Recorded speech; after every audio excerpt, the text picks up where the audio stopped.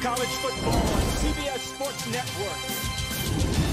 Northern Illinois of the MAC visits Wyoming of the Mountain West. It's late night in Laramie, Wyoming, and we are ready finally for some college football. We've waited an hour and 43 minutes for this.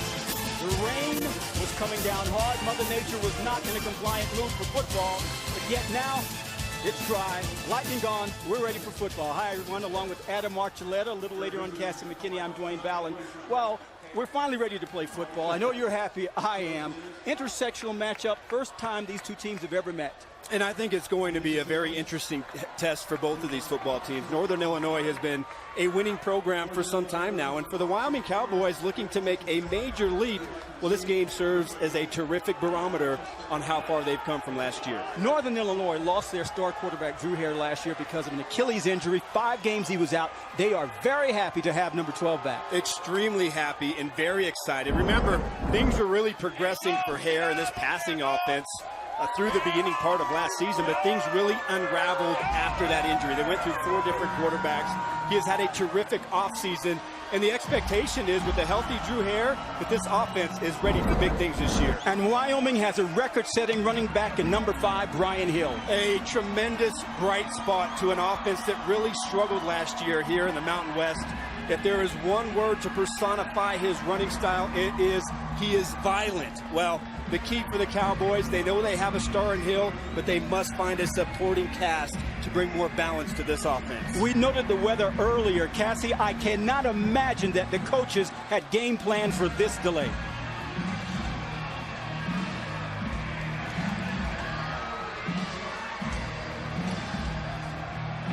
We're having technical difficulties. We will check back in with Cassie in a moment. The weather has been an issue, and that's caused a couple of technical issues. We will be checking back in with Cassie in a moment.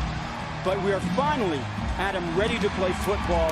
I am impressed that the crowd hung around the way it did. You know what? That is probably the most impressive thing here. It's after 10 p.m. There was a big lightning storm. A lot of rain came down.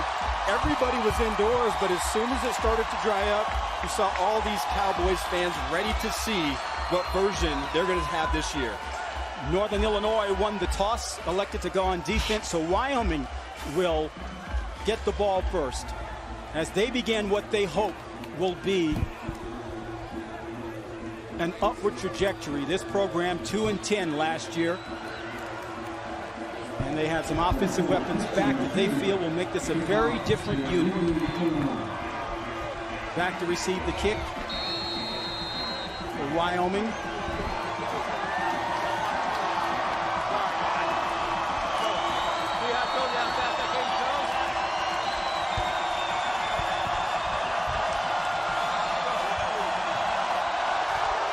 We are underway. And Wyoming will start at the 25-yard line.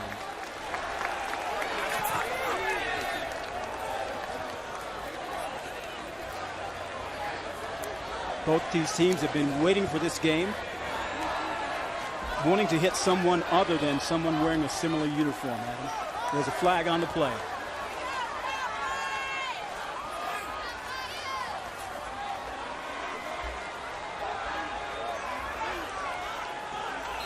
We are ready to play as Josh Allen and errant flag. Josh Allen, number 17, in at quarterback for Wyoming. They have a lot of hope for him and his ability. Completes his first pass. Man is open, still on his feet. That's Jake Maulhardt.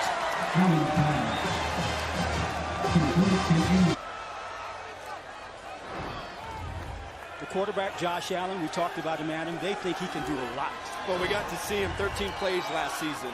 And he is what Craig Bohl, the head coach, said is the most improved player on the football team. They need him to show up this season. Now running over and through people, number 5, Brian Hill. There is a flag on the play. And they told us Allen, he's 6'5". Holding offense, number 30. 10-yard penalty for the previous spot. Still first down. Offensive holding that will negate the run by Hill. Still first down. And we were talking about Allen, and he was the missing puzzle last year. He was injured in the second game, literally in the first quarter of the game. And Craig Gold says he does things that he's seen very few quarterbacks do. Yeah, the one thing that you keep hearing is that he has an arm. And that's the thing that he brings to this table, that ability to make throws that a lot of quarterbacks simply can't make. Now, the key is, this is an aggressive, confident quarterback. He has to find balance between testing the secondary and also making great decisions and not turning the ball over. 1st and 20 from the 32. Quick flare out to Tana Gentry. Excellent recovery by Mikael Allen. Offensive lineups from Wyoming. Whom are you watching along that line? Well, there was one of the big questions for this coaching staff throughout camp was, how is this offensive line going to come together? And they frankly did not like the way they played in the spring. Too many pressures given up, and there's been a lot of shuffling. The one anchor they have, however, is their center, their senior, Chase Roulier. He is the guy that holds all of it together, and he's got a true freshman playing beside him. 2nd and 23 after the punt. Allen completes the pass across the middle. That is to Tana Gentry.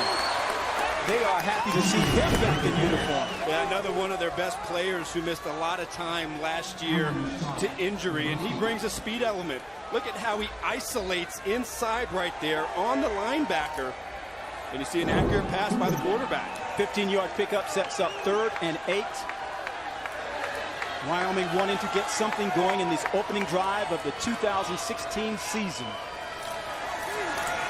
Allen steps up. This time he's going to tuck it away and try and run, but he was caught from behind and run down by Renard Shuren.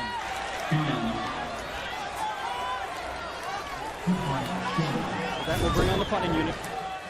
You know, that's one thing they say when they talk about Allen is he is a big quarterback. He has the stature, he has the big arm, but also for a guy that's 6'5", he really has the ability to run, but a really good job by that Husky defense. Getting off the field, first series of the game. Ethan Wood punting away to Shawan Lurie. He fields it and is corralled at the 19-yard line.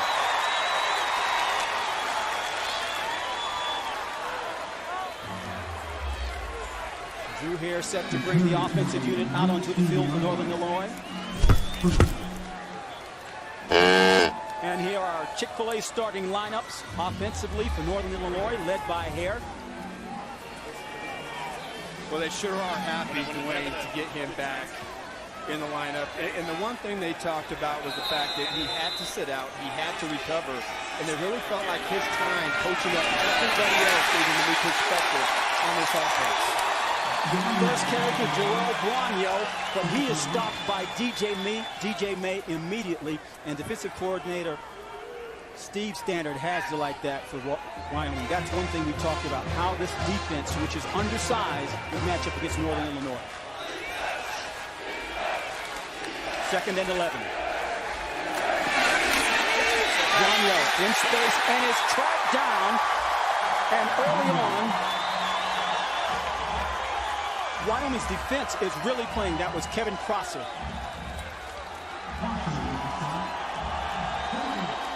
Starting lineups for Northern Illinois, our Chick-fil-A lineups. Big receiver.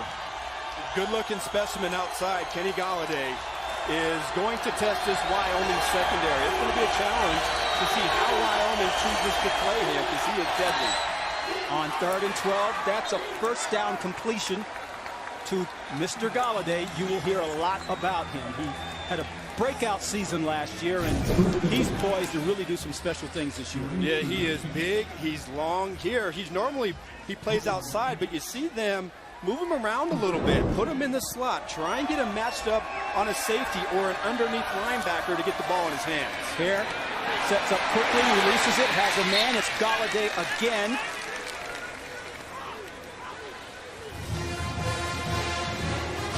Chick-fil-A starting lineups for the defensive unit, led by an All-America, a freshman All-America. Now, this defense, they struggled last year. They played a lot of freshmen, but one of the bright spots as a freshman was Andrew Winger. This is a terrific strong safety. He is extremely aggressive, and that's a guy that you could plan on being all over the field here tonight.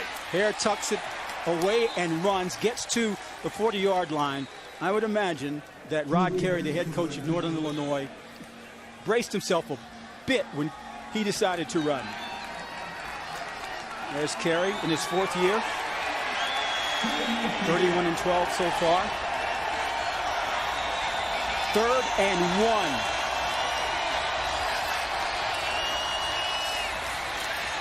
And Guanyo is stopped by a spirited Cowboy defense. Leading the charge, Garrett Gardner and Andrew Wingard.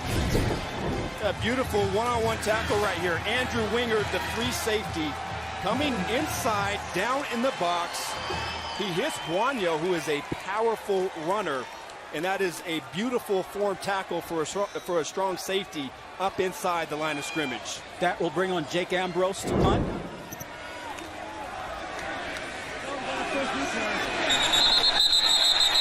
Flags fly, whistles blow. Wyoming fans are not happy.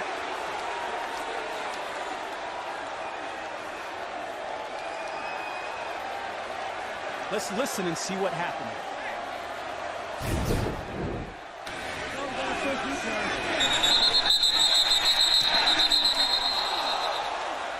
That's Carl Granderson, the defensive end for Wyoming. Clearly, you hear the whistle was blown, and he just flat out runs into the punter. I mean, that's that one right there, Dwayne. That's a no-brainer.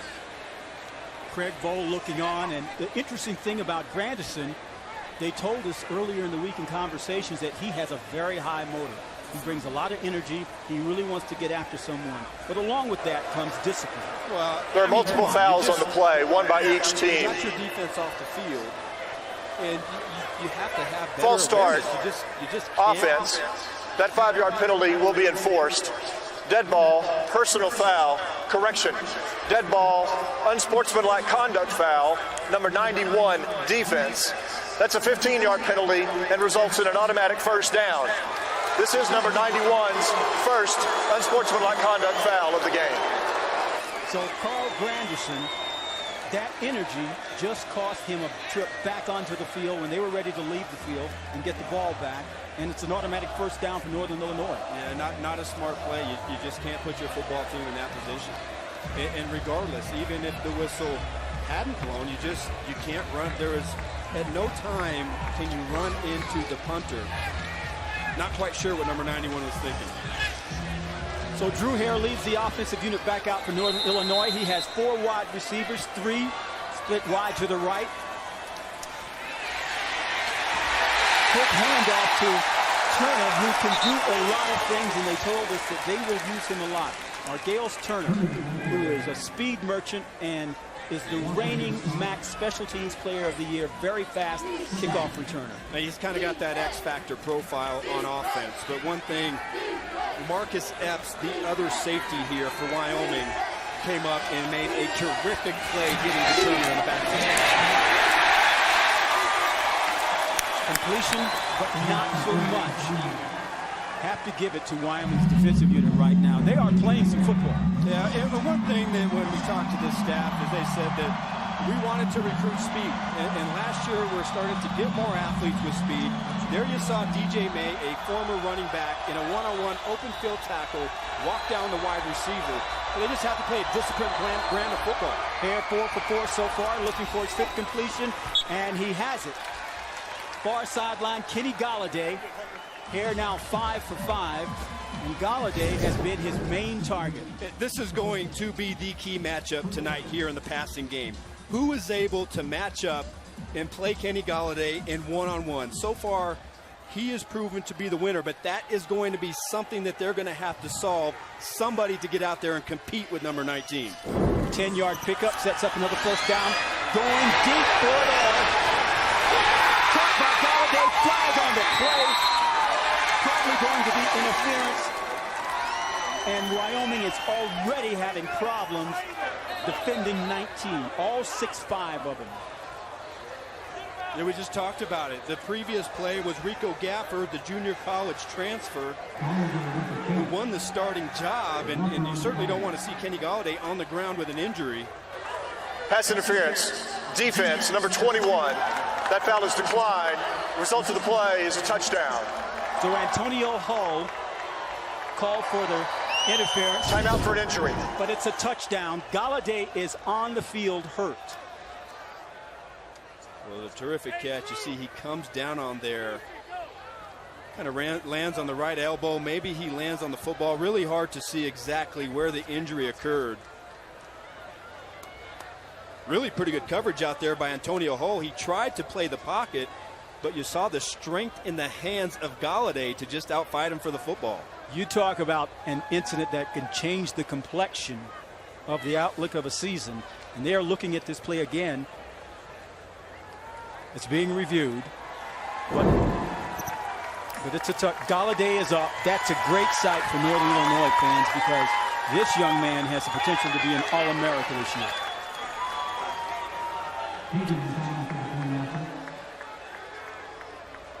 6'4", 6'5", 213-pound senior from Chicago at the St. Rita High School. Jake Ambrose on for the extra point.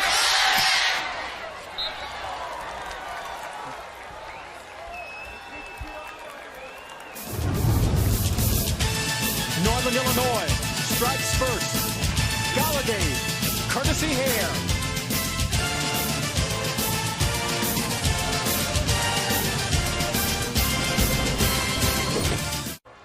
Kenny Galladay's 39-yard touchdown reception has Northern Illinois up 7-0.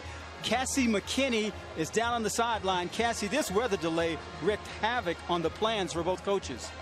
Yeah, it sure did. I'm told this time of year, Wyoming doesn't see this much rain. They see quite a bit of snow, but not this much rain. I asked Coach Bull what he did in the locker room to keep his team loose. He said there's not much you can do. We went over schemes. He said he also talked to his team about how mature teams don't get too hyped up in these types of delays and that they stay calm. And guys, I asked Coach how many cups of coffee he had in the locker room. He just said, oh, geez. It sounds, Cassie, a lot like our buddy here, Adam Archuleta, who can't do without his coffee. It's bedtime. I'm not going to lie. But you know what? I love football so much. I'm going to stay up just for you, Dwayne. It's nice of you to do that. 39-yard reception by Kenny Golladay. Hare was so far 6 of 6, 72 yards. And Golladay, frankly, Adam, you are an old defensive back. At 6'5", 213, he's not easy to cover at all. Not at all. That's why the NFL loves the big wide receivers. You want a guy that you can throw it to when he's covered, because you know that he's going to be able to outfight the defensive back and come down with that football. Christian Hagen's kickoff to DJ May. May lets it roll out, and Wyoming will take over at its 25-yard line, trailing 7-0. 8:03 remaining in the first quarter here at War Memorial Stadium in Laramie, Wyoming. Mountain West versus MAC on CBS Sports Network.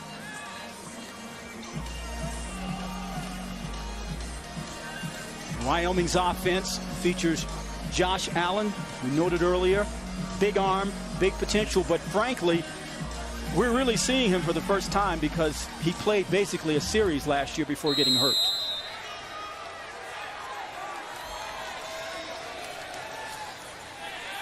That's Tanner Gentry in motion. Play action, rolling right. Has a man in space, has a receiver. That's Maulhardt. And that's a first down for Wyoming. Mikhail Allen there defensively for Northern Illinois. Northern Illinois lineup, Chick-fil-A lineup here. Adam, what strikes you there? Well, this is a high-quality defense here in the MAC.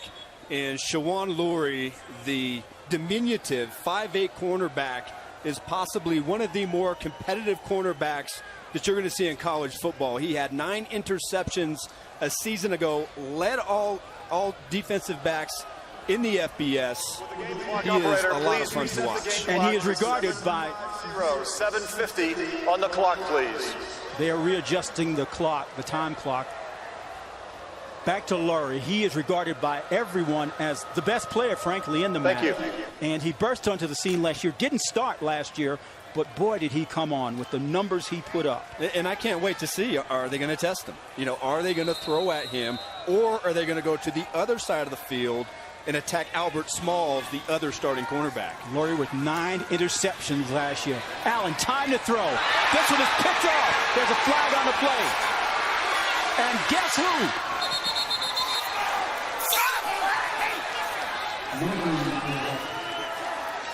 Bernard Shurin with the pickoff, but there is a flag on the play. It might be against Northern Illinois. It will bring it back, give Wyoming another shot.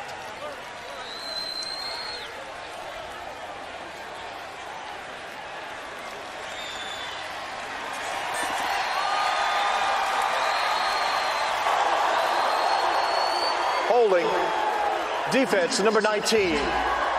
The foul occurred prior to the interception. Results in an automatic first down. Here's a look at that holding penalty. Yeah, you're going to see the penalty. They called it on Lurie, and that wasn't even the receiver that Allen was going to. So Wyoming gets extremely lucky. The holding is right here. And you see Allen, I'm not really sure exactly where he was throwing the ball. That was a terrible mistake, but he got bailed out. Here's Brian Hill from the 48. Running wide to the right, picking up 4. You know, Dwayne, going back to Allen, and that's the one thing they said. You know, he's been terrific. He has all the tools. The key is going to be decision making. And right there, you saw he had all the time in the world. The offensive line built him a tremendous pocket. And he knows he should not have thrown that football. He's got to find a way to check that ball down, get it out of his hands, but he cannot make almost a game-changing interception. 2nd and 6. Allen throws again. This one nearly picked off by Lurie. That's just what we were speaking of, we were talking about. And Craig Bowles said it. You know, he takes liberties, but he has so much talent that I guess they look the other way. Well, I'm not sure. I mean, you saw number 19 right there just shoot out of his break. He read it perfectly. He read the 3-step drop. Almost is able to get another interception. Might want to go to the other side of the field, I think, if you're Allen. 3rd and 6. Allen looking up top to throw it. Misses his intended receiver. Defending on the play was Brandon Mays. So that will send Wyoming back to the sideline. And that was really good coverage by Brandon Mays. You're going to see him at the top of the screen right there. He doesn't even get out of his back pedal. He's saying, I don't respect your speed. I don't think you're going to run by me. And he is all over that receiver. Good coverage here for the secondary for the Husky defense. Ethan Wood comes on for the punt. And it takes a Wyoming bounce. Nice job by the young senior on the Ray Guy watch list. Northern Illinois ball with a lot of ground to cover when we return. Northern Illinois leading Wyoming 7-0 on CBS Sports Network. Let's take a look at Andrew Wingard of Wyoming, who is driven to succeed, brought to you by Acura, freshman All-America, the first freshman in Wyoming history with over 100 tackles in a season. And as an old safety end, I'm sure, Adam, you can appreciate this man. I sure can, and he fits the profile of what they're trying to recruit here. He has a track background in high school. He played running back, actually came here as a running back. He's a true freshman, 122 tackles, but I'm sure that the coaching staff would prefer the number of tackles go way down. They need more people in that front 7 making the stop, but no question, he is a terrific ball player. He and his teammates have Northern Illinois pinned deep in its own territory, courtesy that 41-yard punt.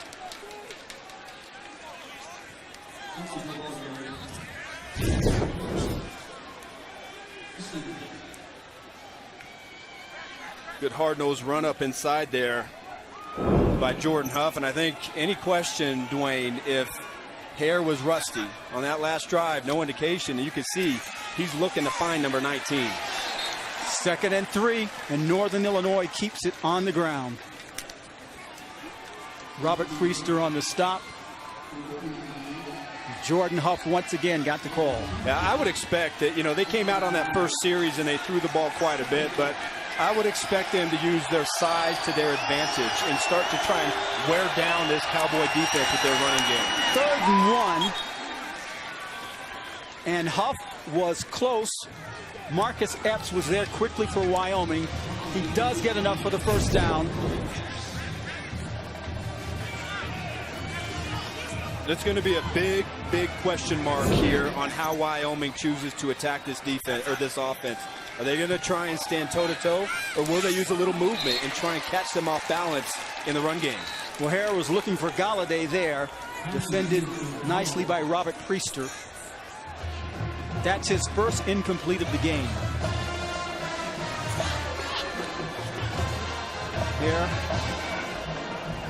6 of 7, 72 yards for the leadership and management major. He already has a degree in that in graduate studies now.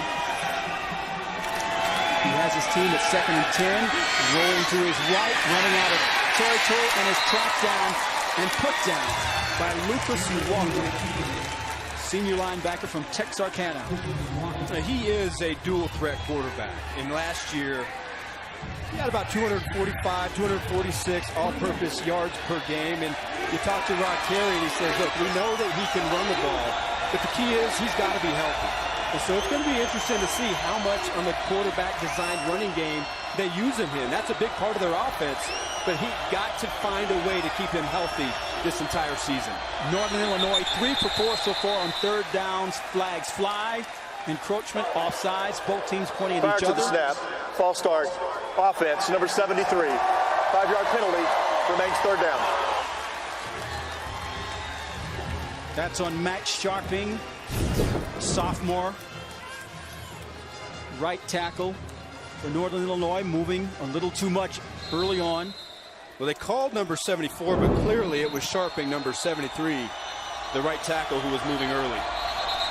So that brings up 3rd and 12 for Northern Illinois. The Huskies struck first with a 39-yard touchdown from Hare to Kenny Golladay. 5:15 remaining in the first quarter here at War Memorial Stadium in Laramie, Wyoming.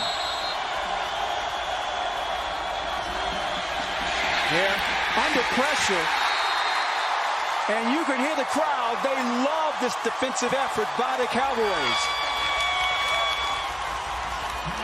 Exactly what they're looking for. Last year, only 10 sacks on the season.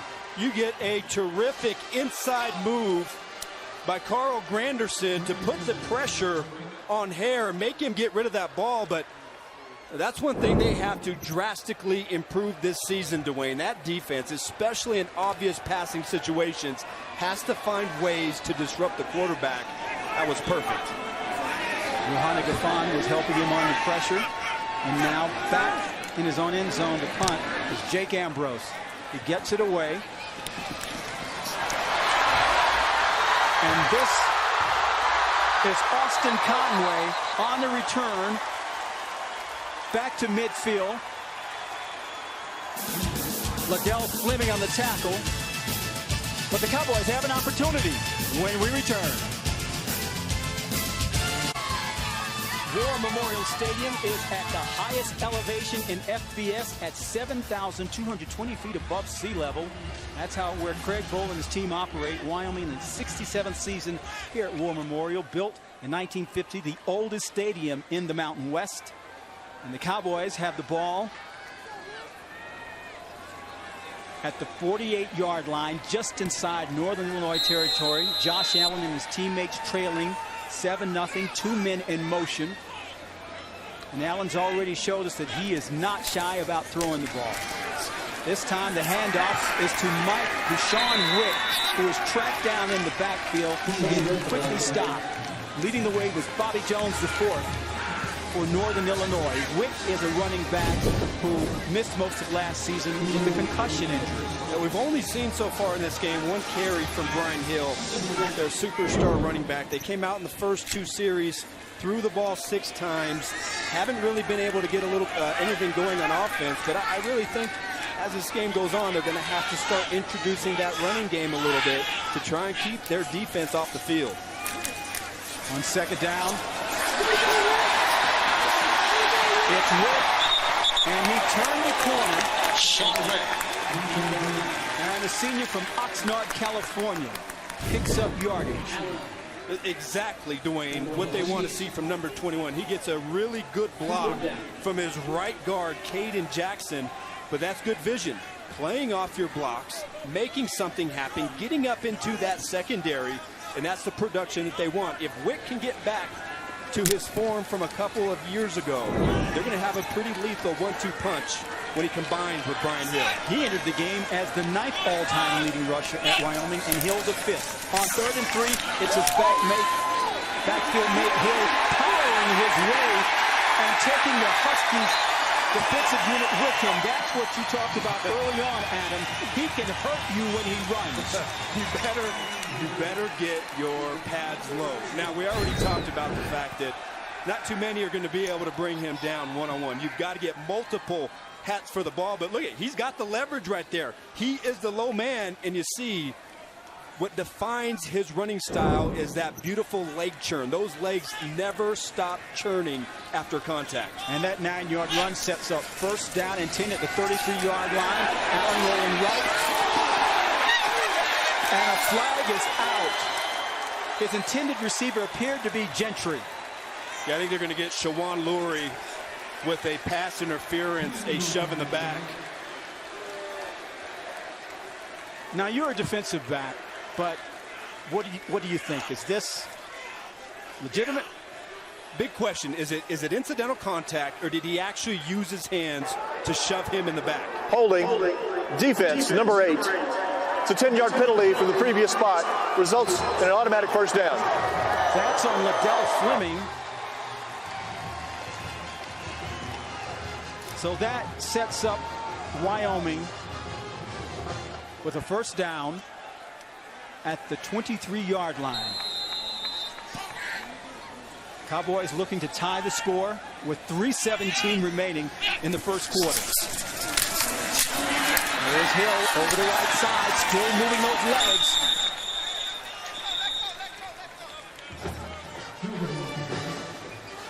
I tell you, Dwayne, I got to go back to that last call. I'm not really sure. I know Lurie was involved with pushing Gentry in the back. They called it on Liddell Fleming. Not quite sure exactly what I saw right there, exactly what the officials saw in that play. Well, the penalties so far are mounting up for Northern Illinois. 4 for 30 yards. Nothing doing in the middle there for Wyoming as Hill tried to make something happen. Northern Illinois. You know, Northern Illinois is the middle of that interior defensive line has to really play well for them. Rod Carey told us that's essential for them to be successful. Yeah, here's the play in question, and that's Lurie. And you see just a little tiny grab, calling it pretty fine, but still, I guess, to the letter of the law, that is pass interference. Didn't quite see Liddell Fleming on how he impacted that play. Allen set to throw, steps up, will run with it, still on his feet. That's a 1st down, and the Cowboys are looking at 1st and goal. Late in the 1st. Albert Smalls finally makes the tackle. Exactly what they want to see from Allen. It's not there. He makes a quick decision. Doesn't try and force it downfield. He sees there in man-to-man coverage. The defense has their back to him, and he uses his legs to get that much-needed yardage, picking up that 1st down. 1st and goal from the 8. It's Hill, right side. There is a marker out in the backfield. Tonight's Red Zone is being brought to you by Verizon. Holding. Offense, number 59. It's a 10-yard penalty. Still 1st down. It's Ryan Cummings, the right tackle. You can see he clearly got up to the next level and just grabbed, I believe. No, that wasn't the linebacker. He just put his hands around Mario Jones. You see number 59 right here. And you're going to watch him as he just hooks the defensive tackle. You see the right arm right there, pulls him down to the ground. Easy spot by the officiating crew. So that's 1st and goal from the 18. Allen pumps, overthrows Gentry. He is not shy about putting the ball in the air. Well, you see so far tonight, both teams having some problems with mistakes. You saw Wyoming, He basically gave the Huskies an extra opportunity with Carl Granderson running into the punter, and then you see a pass interference allowing Wyoming to get down there. They get pushed back by holding, and that's what Rod Carey said when we talked to him about the first game. The first few games are usually dictated by who makes the least amount of mistakes. Allen steps up again to run, eludes one tackler, and is run out of bounds by Lurie. And Renard Schuring.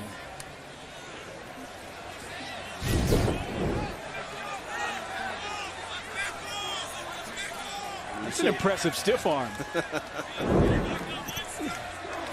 Good job protecting yourself.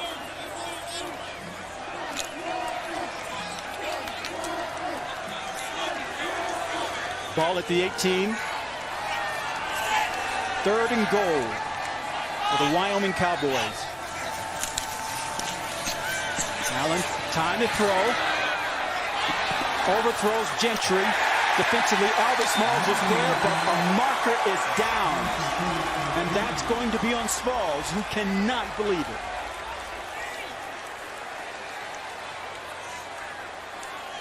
Boy, the penalties are mounting up for Northern Illinois, and we are not done with the first quarter. Yeah, 2 interference call. The question is right out of the break. It's kind of tough to see right there at this angle. Maybe we get it right here. But coming out of the break, does Smalls grab the jersey and the right shoulder of Gentry? There is no foul for defensive pass interference. Pass interference. Well, Smalls clearly doesn't think he did. Results in fourth down. Well, now they're saying it's an incomplete pass. Yeah, it was close. You know, like I said, it's hard to see from our angle. Did he in fact grab that left or that right shoulder? But I'm kind of glad to see the officiating crew pick up that flag. So that brings on true freshman Cooper Roth to attempt a 35-yarder, and no one's happier than Craig Bowl is to see this young man wearing a Cowboys uniform.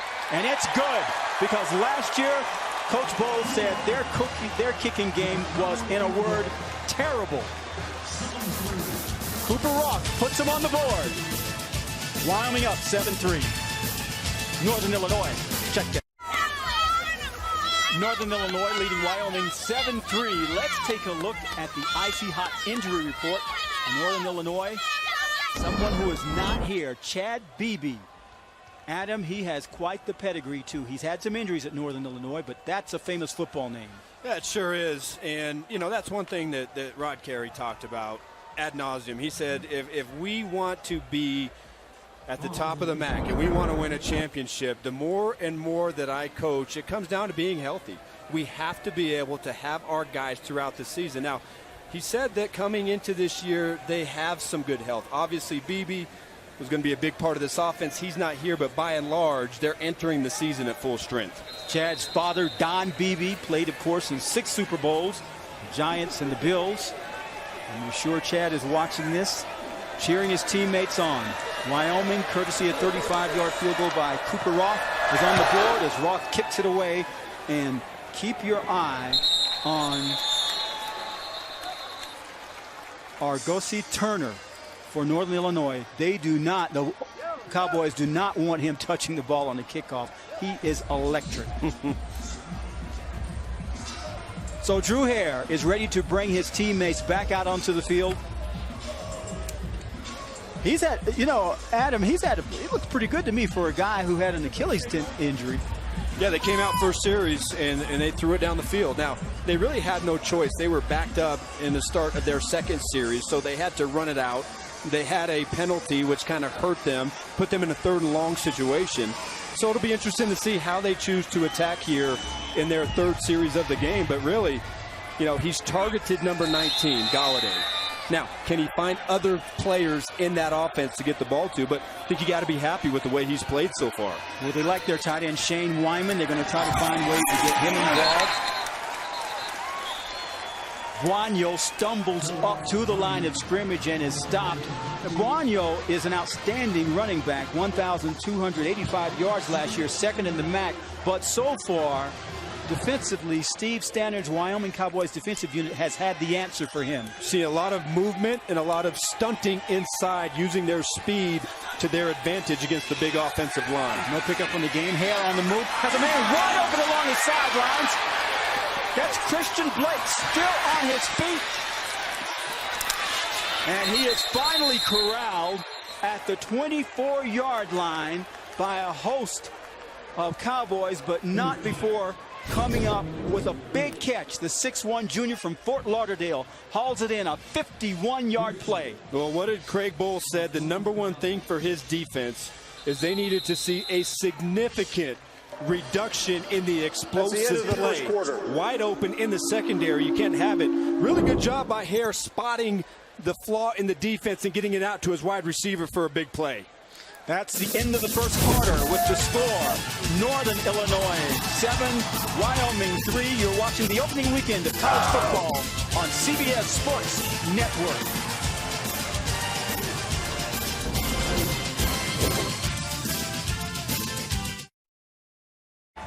So we just saw a 51-yard catch and run from Drew Hare to Christian Blake, and this was just simply a lapse in coverage. This is a simple curl with a flat and up. And on this play, you have two defenders responsible for the two receivers, but both players get caught up right here and right there on one receiver, and then that allows Drew Hare to easily find Christian Blake wide open down the field. You just got to do a better job on the back end of keeping your eyes on your man and doing your job. You can't give away easy, explosive plays like that. Hare 7 of 9 in the first quarter, 123 yards and a touchdown. And he has the Huskies at the 24-yard line looking for more as we begin the second quarter here from Laramie, Wyoming. Along with Cassie McKinney, Adam Archuleta, our entire CBS Sports Network crew, I'm Dwayne Ballin. Huskies in white on the move. Guanyo has space, turns to the left, gets to the 10-yard line, but it may all come back. There is a marker down. Holding offense, number 71. 10-yard penalty from the previous spot. First down. That's Levon Myers, the preseason all-conference left tackle senior for Northern Illinois, making that mistake. First of all, it was a terrific cut by Guanyo, and you see a hold right there. Easily you see Levon Myers take his player to the ground. You see Golladay right here. Little crackback block. Really good vision out there by Guanyo, but you clearly see that hold to bring it back. Adam, that was not a hold by Myers. It was a takedown. And second down, it's Golladay. Touchdown, Northern Illinois. 34 yards.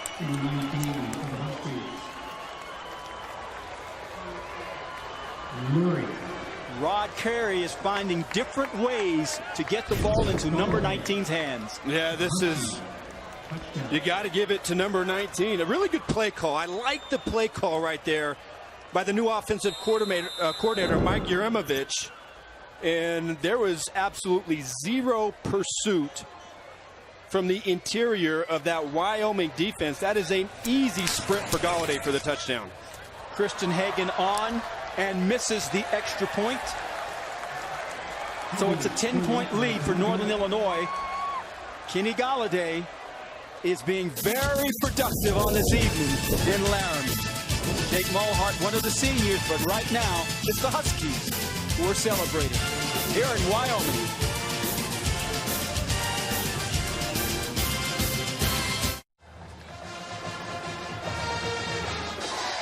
Thursday Night Football is back, and it kicks off Thursday, September 15th on... No, he doesn't. Well, here in Laramie, Northern Illinois, courtesy a 24-yard run by Kenny Golladay, now has a 13-3 lead. That was a three-play, 75-yard drive. Christian Hagan's kickoff. Hesitated and fielded by DJ May, who has some room to run. He's out over the 30, up the sideline, and a game-saving tackle. A touchdown-saving tackle is made on the far sideline. DJ May injects a little electricity into this crowd. Not bad for the linebacker, former running back. You know, Dwayne, usually when you hesitate in the end zone, bad things are going to happen. But give tremendous credit to that kickoff return team for sticking on their blocks, and DJ May showing what kind of speed that he has, giving his offense the ball right around midfield. Now they have to try and find a way to capitalize on this. A 48-yard return for the communications major from Federal Way, Washington. They give it to Hill. He has room to run and run over defenders. He does. Out over the 40-yard line before Mikhail Allen got in his way and stopped his bus race. Well, up inside, you certainly don't want to give Brian Hill the opportunity to accelerate through the line of scrimmage. That was a gaping hole over there on that right side. The offensive line really clearing the way for Hill. And you just love how he likes to finish his runs. 13-yard pickup for Hill, sets it up at the 39-yard line for Wyoming. They give it to him again. He is upended this time, doesn't get nearly as much. He's stopped by Brandon Mays. You see how hard it is to bring him down one-on-one. But the difference between that play and the play before is somebody got to him in the line of scrimmage. So you have to find a way to slow him down. You cannot allow him to gain full speed and give him access to your safeties and your corners. So he takes a break, and Sean Wick comes in to replace him.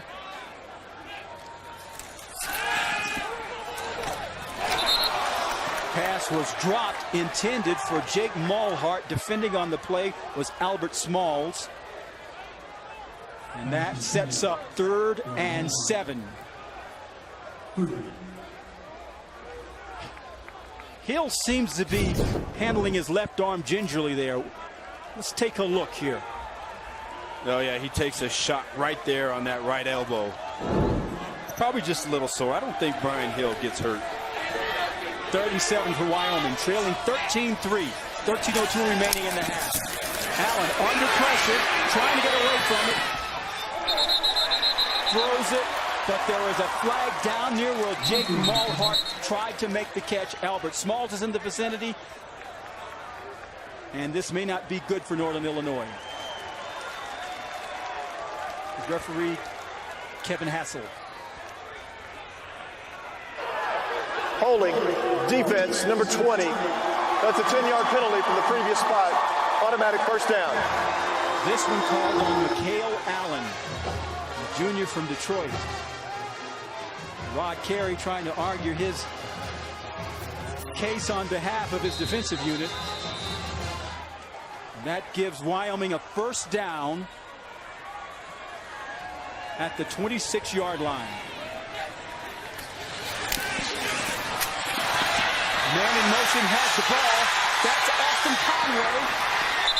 And he works his way down inside the 5-yard line where he's stopped by Smalls. But Conway's an interesting story. He came to Wyoming as a basketball player, converted to football this year, and he can make things happen. That's what the coaches told us. Well, you can see he's a special athlete. Look at this one-on-one, and he completely breaks down the defensive back. I'm not quite sure exactly, couldn't get a read for who was out there trying to cover him, but you see if you give him a chance in space, he can end up being a weapon in this offense. That 22-yard pickup leads to 1st and goal from the 4-yard line. It's Hill, left side. He's stacked up.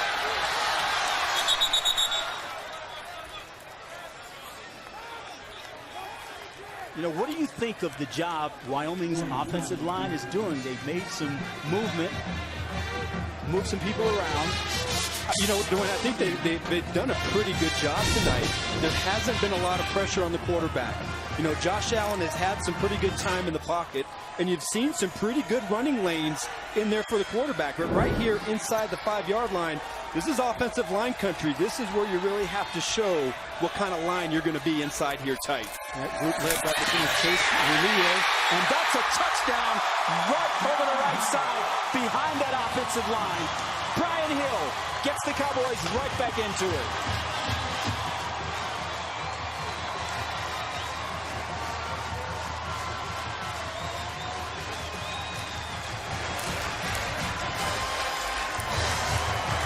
Well, the offensive line doing their job, but a crushing block up inside. Isolation from his fullback really is the thing that cleared the way for Hill to get into the end zone.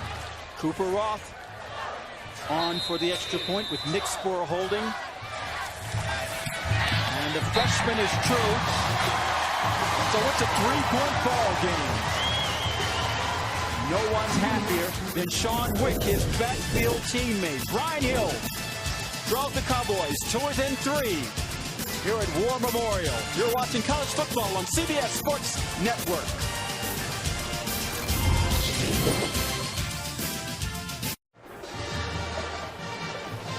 Wyoming now within 3, trailing 13-10, courtesy Brian Hill, and the great work by his offensive line as the Cowboys are climbing back into it here in the season opener for both teams, Northern Illinois and Wyoming. Here at War Memorial Stadium, Jonah Field. Hill 8 rushes for 33 yards so far. And the freshman Cooper Roth is set to kick off. Number 22, Argales Turner, is back, along with DJ Brown, number 10 for Northern Illinois. But Argales Turner, 22, is the one to watch. He's, as we noted, the special teams player of the year. And he says whenever an opponent scores, he feels he needs to get some electricity back for his teammates. So he likes to do something big on that kickoff. He fields it at the 4-yard line. Breaks left. And makes his way down just over the 20-yard line. Cassie.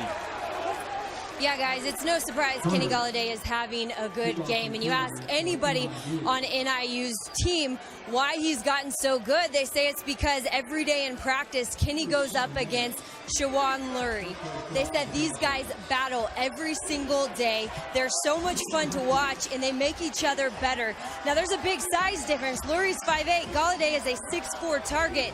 So, guys, it's been a battle out there on both sides of the ball for Wyoming. Hey, Cassie, you know, the question is to Arch here is that, now, would you want to go against the #1 receiver every day in practice? Well, no doubt. I mean, what are you there for? If you can't compete, you don't belong playing football, Dwayne. Couldn't hold on to the pass from Drew Hare. But and they say the battles are pretty intense. You would think that Golladay would have the advantage, but Lurie does not give anything. Yeah, it's terrific competition. I remember now, when I went to the St. Louis Rams, I had to practice every day against the greatest show on turf. So I had to play against those guys. So, but you know what? It makes you a better player when you have to do it every single day in practice. On second down.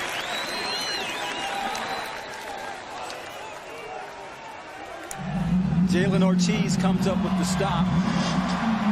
And we're seeing more and more of Jordan Huff. So it's 3rd and 8. Drew Hare and the Huskies from the 22-yard line.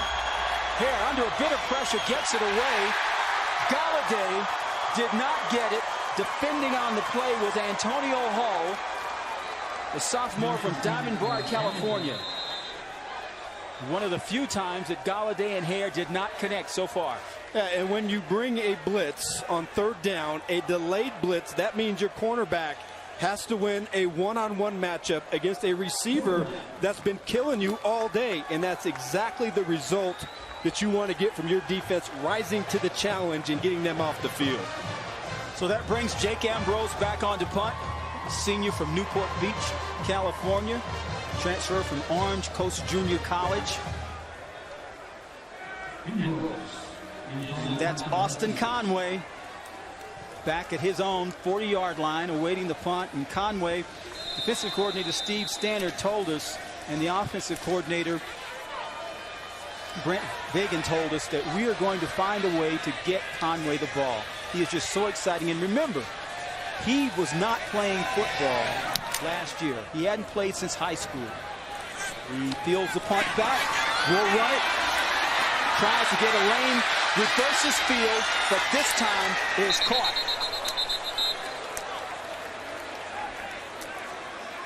Alex Schwab on the tackle. Coming up on the Verizon half. They were bigger. Well, they may not have been bigger, but they were faster and they were more physical that was a great start for that Houston football team. And how about South Alabama beating Mississippi State?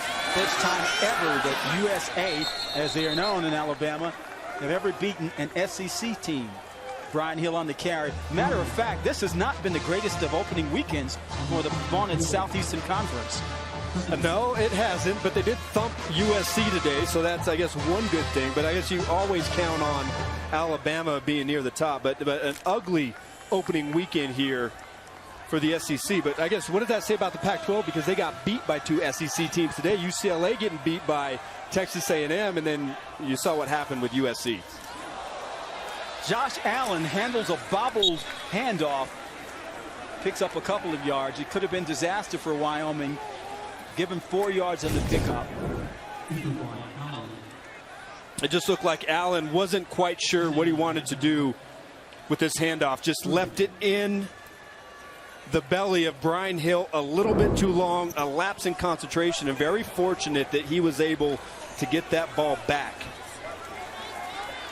Sean Folliard leading the tackle. It's now 3rd and 6 from the 20-yard line for Wyoming, trailing 13-10.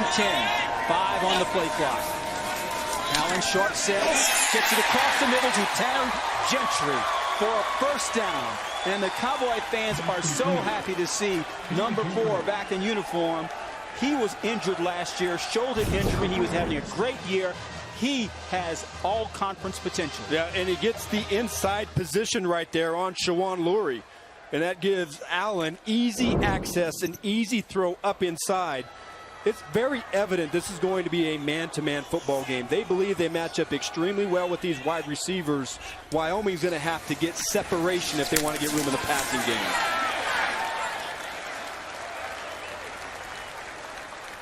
Hill continues his hard-nosed running style. Brandon Mays there on the tackle.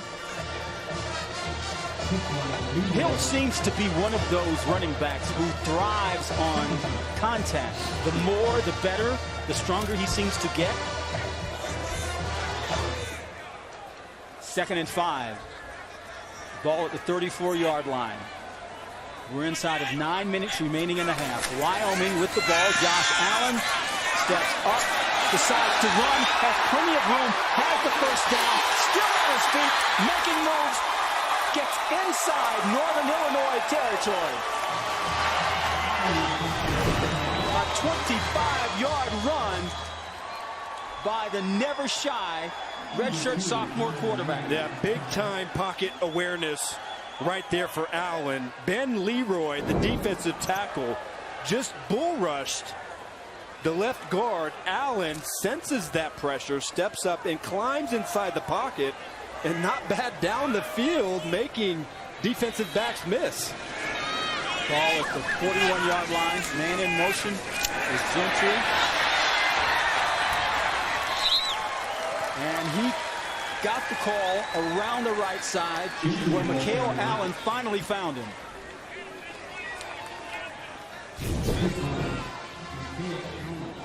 There's that big run, big quarterback scramble by Josh Allen. He may have gotten a little bit of a hand out there by Tanner Gentry, getting the jersey of the blocker. 2nd and 2 from the 33. This is Sean Wick, left side, looking for room, trying to avoid number 31, but he could not as Anthony Brooks corralled him and brought him down. Now you have to make one-on-one tackles. Safeties. Both of these defensive coordinators put a lot on their safeties' plates. They have to be extremely active in the running game. They ask them to make a lot of man-to-man coverage. And when teams want to attack that perimeter, you have to come up and make that play. Good tackle. 3rd and 2. Wyoming looking to tie or take the lead. That's Wick stacked up over the left side. He runs into a host of Huskies led by Shuren and Bobby Jones the 4th. Shuren pretty active so far. 6 foot, 214-pound redshirt sophomore.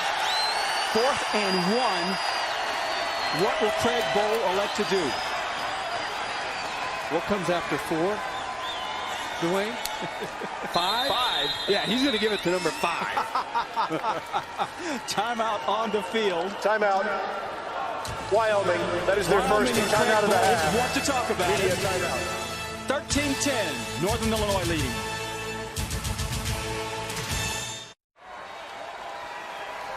Back in Laramie, Wyoming with a 4th and 1. 6:04 remaining in the second quarter.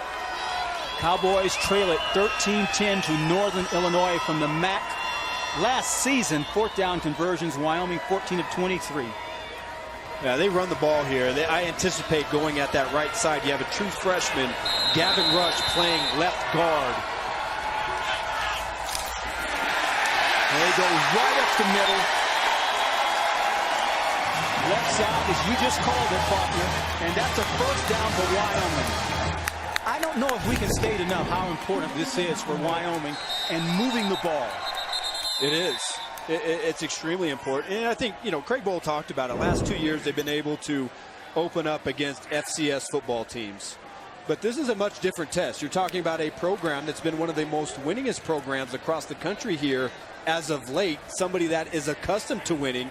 They have a senior-laden football team. And so for him, this was a major test as they open up this season. Sharon shaken up, coming off the field for Northern Illinois. You saw Craig Bohl. Bohl, 3rd year. 6-18 so far. He had that tremendous run at North Dakota State where he won 3 straight national championships before coming here. And it has been a process in getting this program on the trajectory that he wants. Allen, time to throw. Looking over the top. Had Maulhardt open. Could not get it to him. Brandon Mays knocks it away. Boy, he had it too. Maulhardt won his route, beat his defensive back to the outside. But it is terrific awareness for Brandon Mays to get back inside to the middle of the field and break up that pass. That was top-notch. Mays, a redshirt junior from Aurora, Illinois. 2nd and 10. Back to the ground they go. And this time, it's Sean Wick who has stood up. Mikhail Allen leading the way defensively. But now what they also have, Wyoming does, Adam, they have this 1-2 punch with Wick and Brian Hill. That's ideal because as effective as Hill was last year, there's no question that there's nobody on that Wyoming offensive staff that wants to see him carry the ball more than 280 times this season. They have to have a complement. And now it's Brian Hill right with the story, getting it over the right side. That brings up another 4th down. This time, Craig Bohl's going to send on his freshman kicker, Cooper Rod. It feels a little bit more comfortable gaining some field position to ease the stress on his kicker. 1 for 1 so far. 39-yard attempt. Longmont, Colorado. 95% PATs as a high school player. And he is good. 2 for 2 for the day. And the reason why the fans are cheering so hard is because field goal kicking was an adventure here in Laramie. The Cowboys tied up thanks to the freshman. 13 all.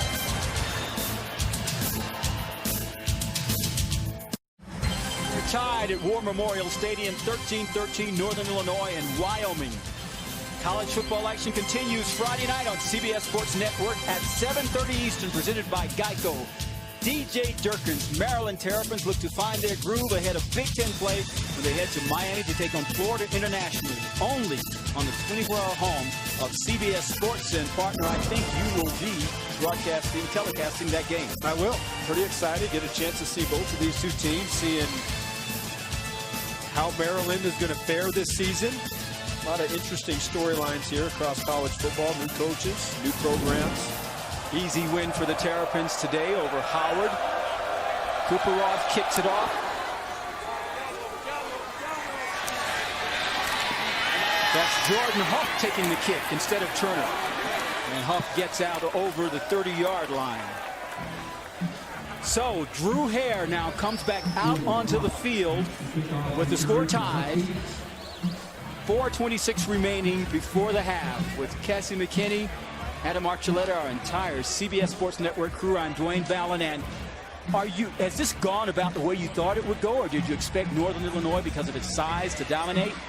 You know, it's the first game of the season, as you know, you haven't had a chance to watch these guys and see how their new players are going to perform. So I'm not sure what I really expected coming into this game. I think so far offensively, it's been about big plays. And any time Northern Illinois has gotten big plays, they've been effective. Hare has, we mentioned, coming back from the Achilles injury, he's looked pretty strong. Trying to put another jet sweep with Kenny Golladay, who scored earlier on that. Cassie, you have to be impressed with what Hare's doing down on the sideline.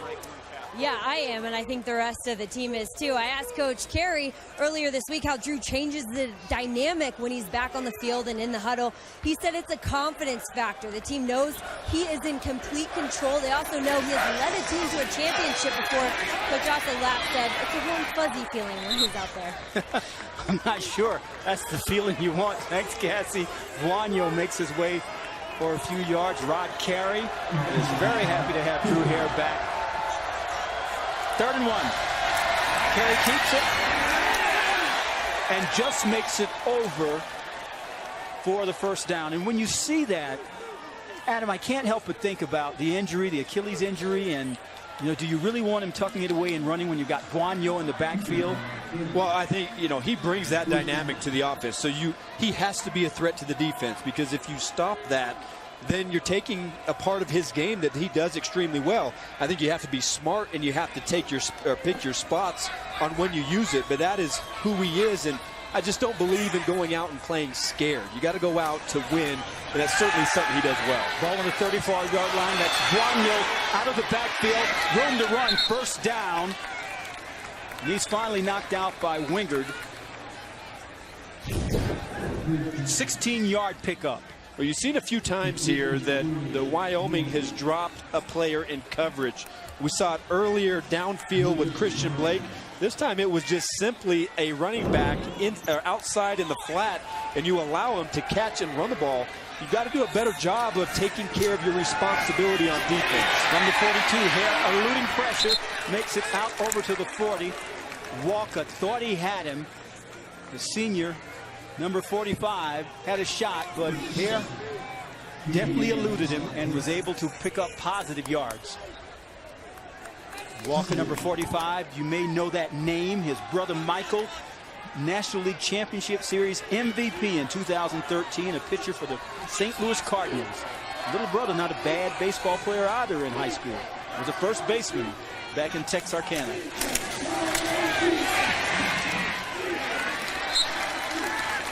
Guanyo grinding it out over the left side, where he was met once again by Walker.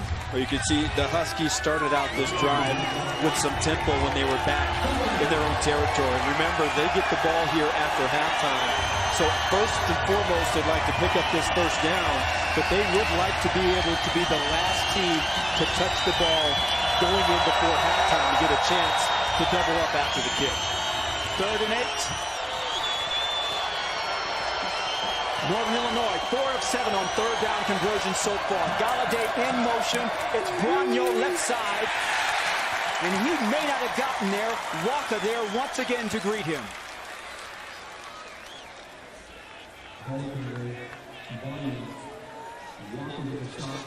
Walker with second on the team last year with 96 tackles. Math and science major. Co-captain of this team. Well, interesting, Craig Bowl deciding not to use his timeouts right here on 4th down and letting the clock run out. And now Rod Carey has a decision to make. Do you punt the ball, which I would, and try and pin Wyoming deep in their own territory and go down the field? You would punt here. I don't know if you go for it right here. You're giving Wyoming the ball at the 35-yard line. I don't know if that's worth the risk.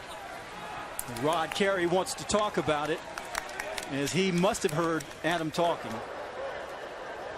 Timeout. Northern Illinois. That is their Huskies first picked 3rd in the MAC West this year, behind Western Michigan and Toledo. They played in the last 6 MAC championship games. They'd like to make it a 7th, I'm sure.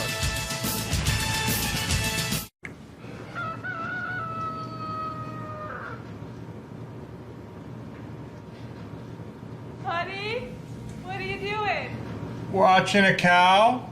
Oh, what's it doing? Impressions.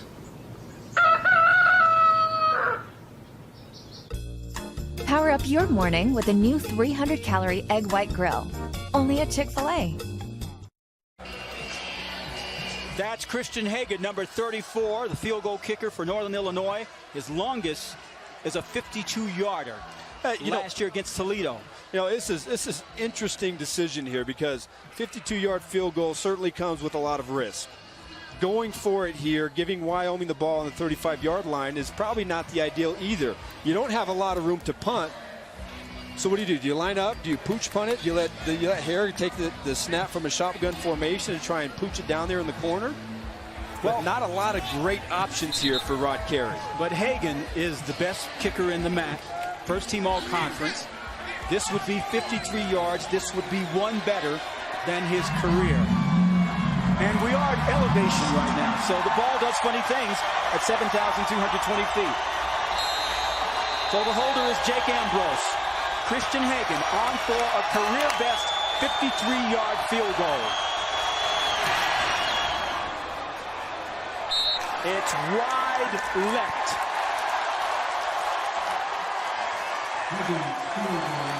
So, Adam, you're sounding like a very wise football mind right now. Well, I don't know about that. You know, you can't play scared. I mean, that's the decision. Is it worth giving them an extra 15 yards here right before halftime with 2 timeouts? They have had some success here in the last couple of drives. I think the key for Rod Carey's defense is no defensive holding, no pass interference, and make Wyoming earn this drive to put themselves in scoring position. So Wyoming starts the 36 with 2 timeouts remaining, 51 seconds to go. Flag in the backfield. Exchanging pleasantries down on the field. Holding, offense, number 61. 10-yard penalty from the previous spot.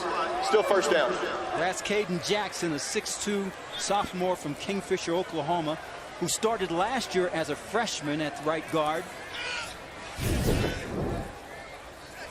You see number 61 right there. That was one of those wrestling moves. Well, there's a lot of that going on. I don't know if that's the technique that's being taught by these 2 football teams, but not the way you want to start it off. And I guess, I mean, shoot, if Rod Carey knew that this was going to be the way Wyoming started this drive. Would the game clock operator please reset the game clock to 40 seconds.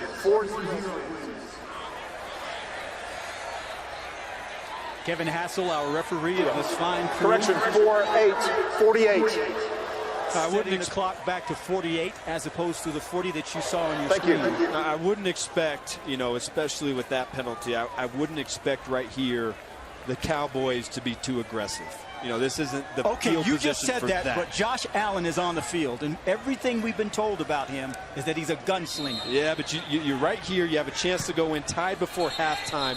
You don't want anything catastrophic to happen to give the Huskies that kind of momentum.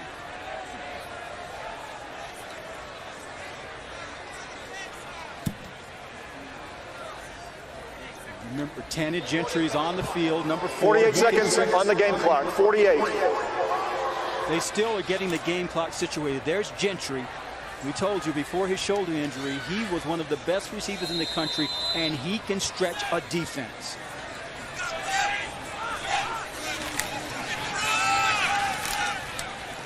They keep it on the ground. Brian Hill picks up a couple before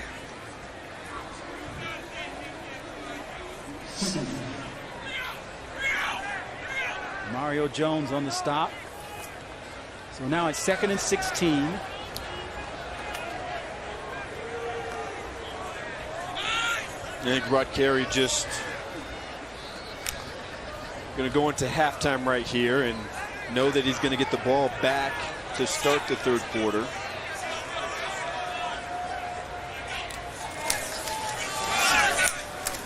Hill, right side, has some room to run, is out of bounds with 1 second remaining in the second quarter.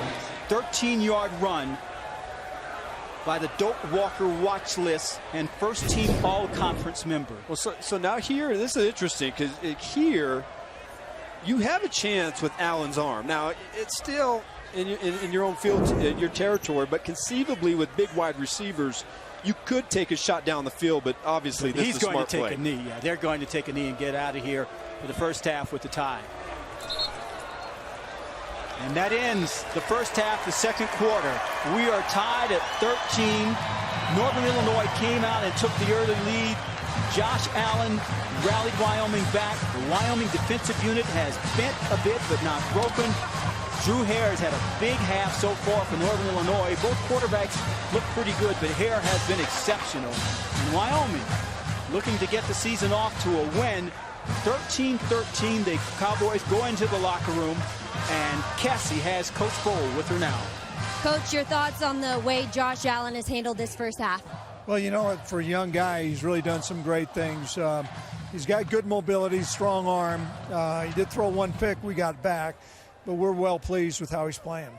How do you find more of that balance you're looking for on offense? Well, as the game goes along, a lot of times teams change. We need to make sure that we start getting some movement in the line of scrimmage. We've got good running backs, but we're going to continue to throw the ball as well. Thank you, Coach. Thanks, Cassie. That's the end of the first half with the score. Fred Gold, Wyoming Cowboys 13 and Northern Illinois 13. You're watching the opening weekend of college football on CBS Sports Network.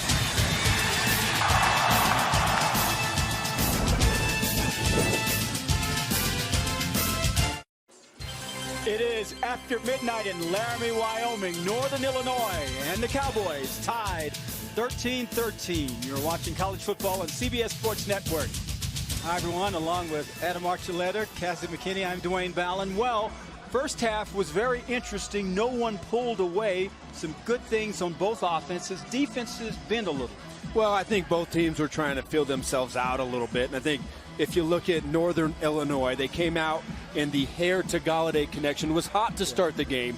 But as you go into this second half, I really think they need to pound on that defense a little bit, use that size advantage that you have, and chew up a little bit more clock in the running game. And I think for Wyoming, trying to feel out Josh Allen, trying to feel out that passing game. Northern Illinois is playing them extremely tight. You have to find a way to loosen up that secondary and challenge the deep part of the field. Let's take a look at the second half highlights. Well, as we spoke, early it was Drew Hare to Kenny Golladay, and they started out on fire here, connecting on a beautiful fade pass for their very first touchdown. And then they hand it off. He does it on the ground. A well-designed reverse. He virtually goes untouched for 34 yards. But you got to like the way the Wyoming Cowboys offense answered back. Brian Hill, with his signature physical style, he punches it in for their very first touchdown of the game. And here we go. It's all even at halftime. Both teams playing really tough. Here are our Geico difference makers, the quarterbacks, both impacting the game in the first half. Well, I think Drew Hare started off really crisp. He made great decisions. Again, had that early connection to his big play wide receiver, Kenny Golladay. And I think for Josh Allen, nothing special, but nothing terrible. I think it was just an okay start. They have to find a way to take advantage of that big arm, find a way to get separation, challenge these cornerbacks and defensive backs to get their rest of their offense a little bit of space to work with. Cassie just spoke to Northern Illinois head coach Rod Carey. Cassie? I did. I asked him what his message to the team was. First thing he said, stop shooting ourselves in the foot. Too many penalties. 6 for 50 yards is not going to cut it. He wants to see his offense down the field as much as possible. As far as Drew Hare, he's pretty pleased with the way he's performed so far. Happy with the big plays they've seen. Said we need to see more. He said right now it's about our defense and cleaning up those mistakes, guys. Thanks, Cassie. Cooper Roth is set to kick it off.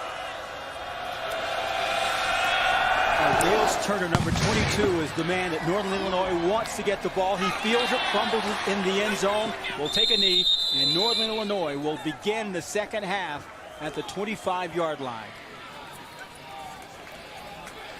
Adam, this is an important opening drive, obviously. Tied at 13, but Northern Illinois needs to get that mojo it had in the first quarter back. Yeah, I think so. And I referenced it just a few minutes ago. They have a big size advantage. They have a fairly veteran offensive line. They're much bigger than that Wyoming defense. And, you know, half of their rushing yards so far today came 34 yards on a reverse to their wide receiver. So I would anticipate them trying to lean on this defense, wear them out a little bit as they start this third quarter. We'll look for number 28, Joel Boigneau, to get more carries. And there he is. That's Jordan Huff rather than Boigneau, banging his way over the right side before he's stopped by Andrew Wingard, the safety coming up, the All-America strong safety to make the tackle. You know, not to mention, Dwayne, the time of possession is heavily skewed in the Cowboys' favor. So I think the Huskies must find a way to stay on the field to give their defense a little bit of a rest. On 2nd and 5, Wyoming defensive unit is not giving up.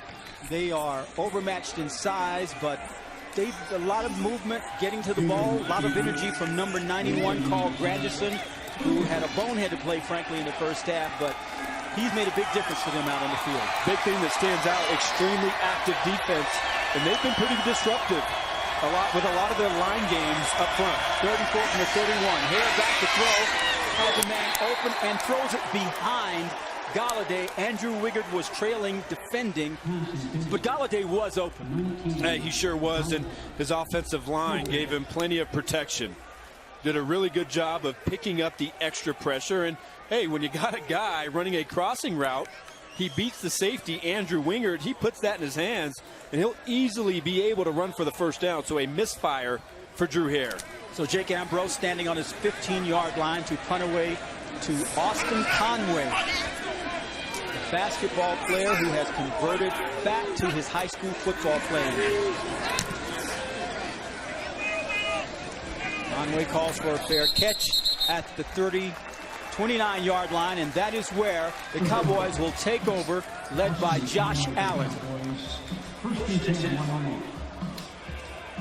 It'll be interesting to see what Brent Vigen, the offensive coordinator, is dialing up for Josh Allen and his teammates in this second half. We've heard so much about Allen and what his capabilities are. You got the feeling that there's something they really want to hit and kind of open things up. Brian Hill, 57 yards rushing for the all-conference running back. Tanner Gentry in motion on first down. It's Hill. Turns the corner. Gets near first down before he's knocked out of bounds. 5-yard pickup. And not very often you see a big, powerful runner like Hill have that speed to be able to hit the edge. Great block by his left guard, the freshman Gavin Rush.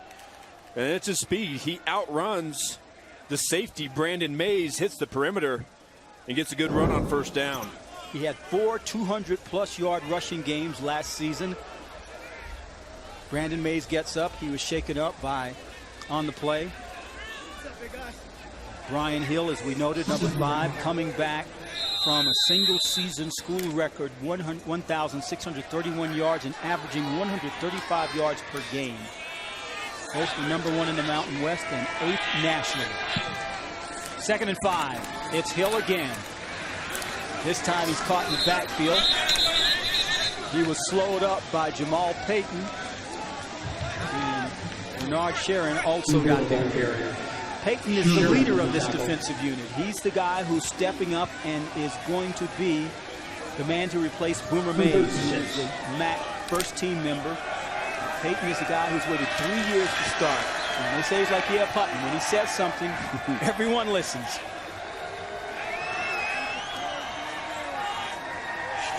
Third and 6.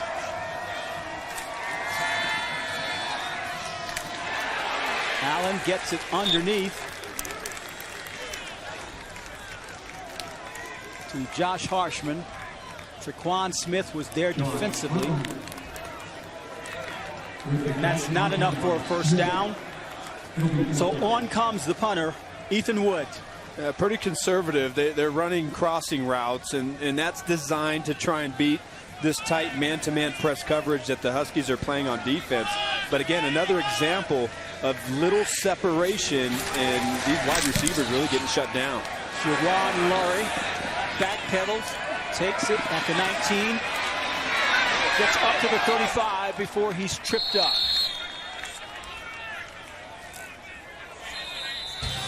Tyree Mayfield on the tackle. Drew Hare and his teammates will come back after that 47-yard punt.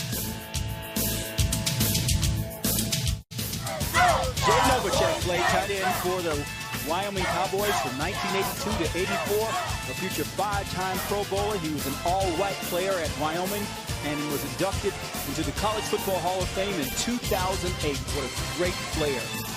Earlier this evening at halftime, Wyoming honored his 1976 white championship team.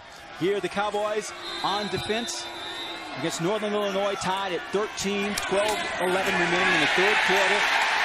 And Andrew Wingard, along with Logan Wilson, get to Drew Hare. Yeah, quick read by Wingard.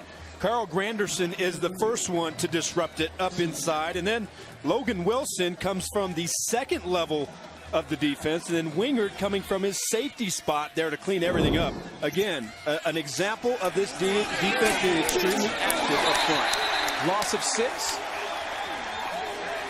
Incomplete pass. Hare looking for answers along the sideline. This Cowboy defense, give them credit. And that's one thing that they knew they were going to come out tonight very enthusiastic. And the one thing that they said was, after last season playing so many young guys, finally this year they know what they're doing, so they can play much faster and play with more confidence and go out there and get those big plays and get pressure on the quarterback and cause turnovers. Flag down, play is dead.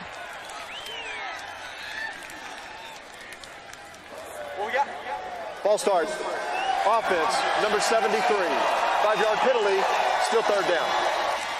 That's Matt Sharping, 6'6", redshirt sophomore from Green Bay, called for movement.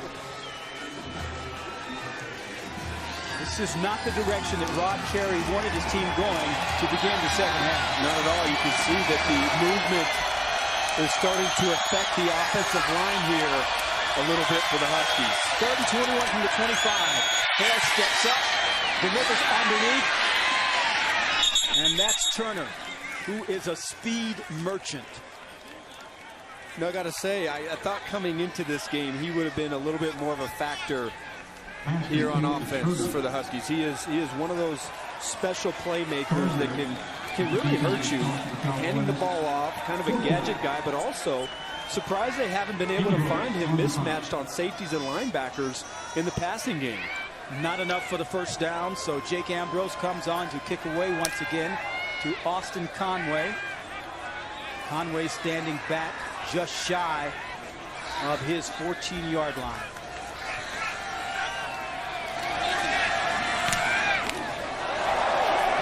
Low end over into Conway elects to run right into a den of Huskies. When we return, the Cowboys, opportunity to get something going. We're tied at 13 on CBS Sports Network in Laramie, Wyoming. Wyoming and Northern Illinois. Time for our Phillips 66 Athlete of the Week. This Phillips 66 Athlete of the Week is Chase Roulier, who is a senior center for Wyoming, and he is an outstanding player. And Cassie, he's even more impressive off the field. Yeah, just so well-rounded off the field. Has a 3.2 GPA in mechanical engineering. He also spends a lot of time doing community service, has been to Haiti twice, goes to help the family of Wyoming's former player, Ruben Narcisse, who was killed in a car crash in 2010. And guys, you put it all together, mixed with his unselfishness to move the center. Really a shining example of the kind of person every coach wants on their team. Impressive young man, and this is actually, unfortunately, the anniversary weekend of the death of Ruben Narcisse, Labor Day weekend in 2010. There's Chase anchoring that offensive line. First down for he and his teammates. Josh Allen rolling right, has a man open. Maulhardt holds it in.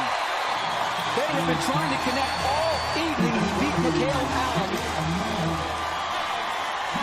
for a 45-yard pickup. And I got to tell you, I didn't think that he was going to be able to see him. He was rolling out to his right side, and you can see Maulhardt gets dropped in coverage. You see the cornerback out there comes up on the outcut. But kudos to Allen to spot him and get the ball downfield for a big play. First and 10 from the 31-yard line of Northern Illinois. Allen throwing a block for Gentry.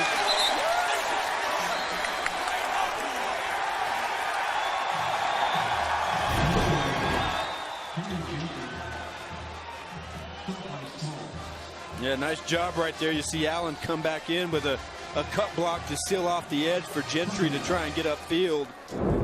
And big plays. They need big plays down the field. That has to be a bigger part of their offense this season. Pickup of 8, 2nd and 2. On the 23-yard line. This time it's Sean Wick, right side, has the first down and more. As Wyoming is suddenly dominating the line of scrimmage. Yeah, they sure are. Gets, again, a really good pull and block by the left guard, Gavin Rush, the freshman, again. And you see Wick, his vision tonight, I think, is the thing that stands out to me the most. Really doing a good job of reading his blocks and making the right cut. 6-yard pickup for Sean Wick. Missed those 8 games last season because of a concussion. First and 10.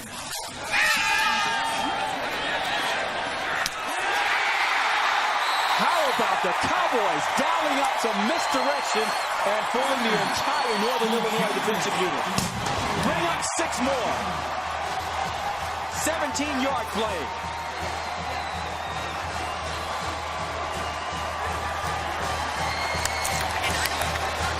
They haven't had a lot to celebrate here over the last couple of years, so it feels really good.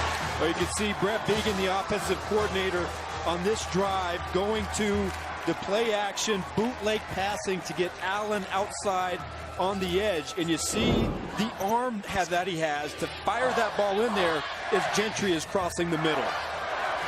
First touchdown of Josh Allen's career at Wyoming.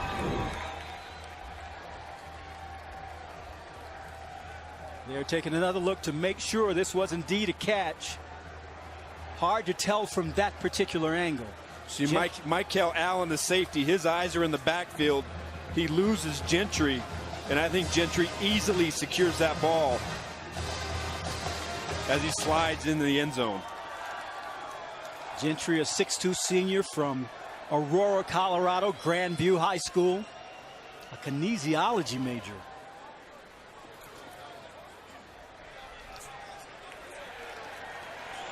Yeah, no question. Big plays. It's amazing what happens to you on offense when you can connect on big plays. Cooper Ruff gets the point after the go. And Wyoming leads at 2013 over Northern Illinois. 9:50 remaining in the third quarter here in Laramie. Josh Allen, his first career touchdown pass as a Cowboy to the Gentry.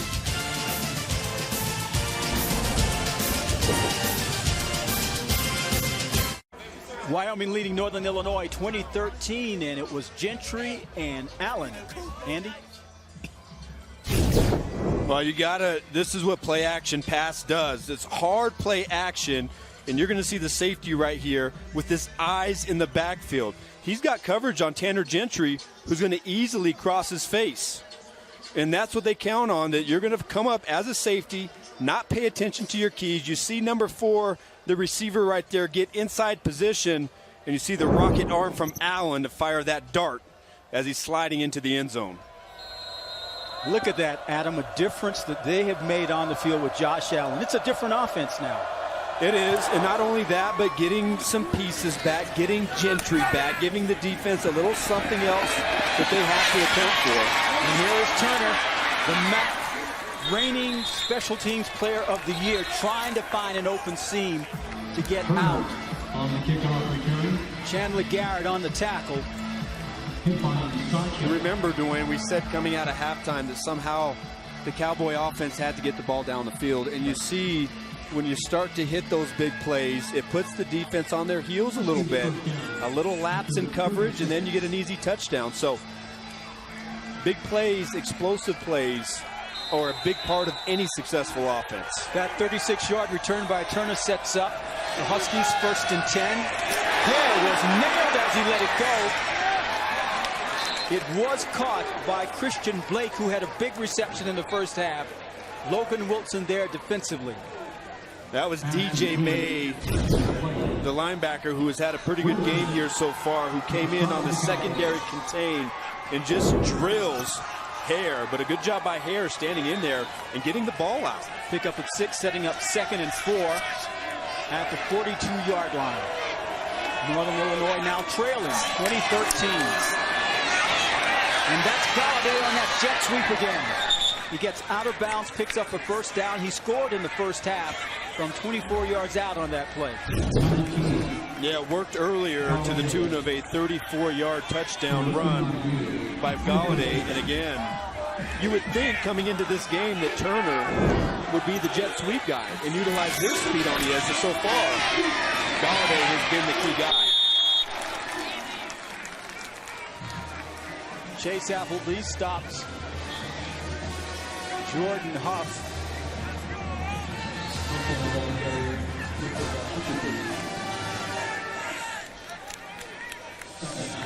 Second and 10.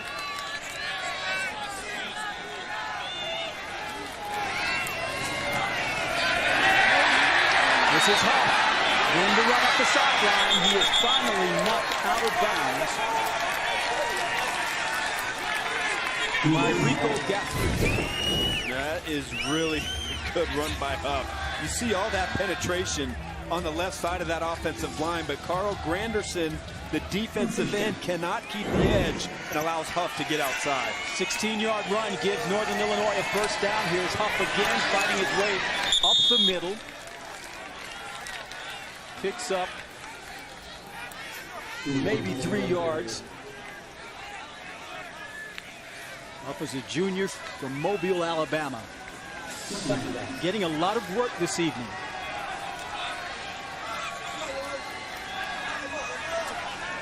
Second and 7.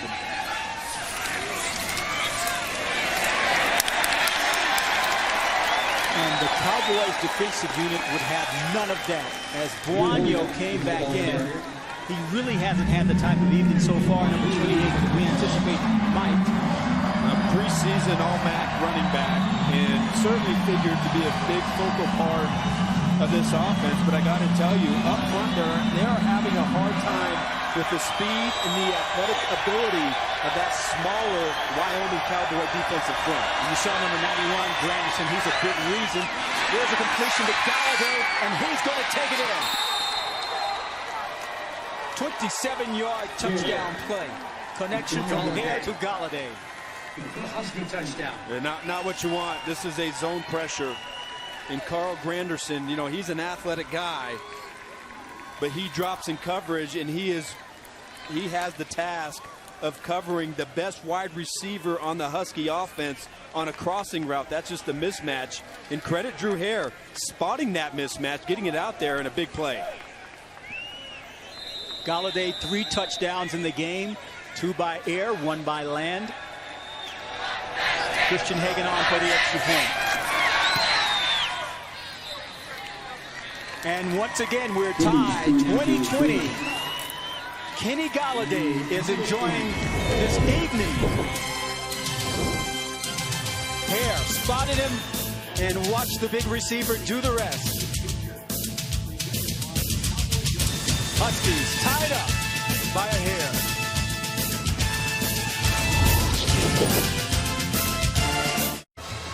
Hare and Golladay connect on that touchdown to tie the score at 20. Adam, you saw it developing. Yeah, it's just one of those tough things. It's hard to ask a defensive end. Here you see Carl Granderson standing up right here. He's going to be tasked with covering the best receiver on the Husky offense, Kenny Golladay, on a shallow crossing route across the field. He doesn't even have his eyes on him out of the snap. He's coming out of a three-point stance. Golladay easily runs away from him. They clear out on the other side, and that's just too easy. Our scoring drive, 64 yards, 7 plays, 2 minutes, 47 seconds. Hey, tell him, bro. Kenny Golladay, his 3rd touchdown of the evening, and he is definitely an impact player.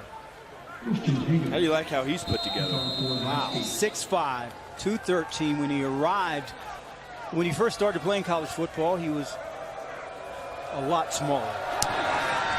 We'll get into that in a moment. Here's the kickoff. DJ May fields it. May, he has a seam up the sideline. One man to beat, but there is a flag down back at the 30-yard line. So it may all be for naught. Let's wait and see.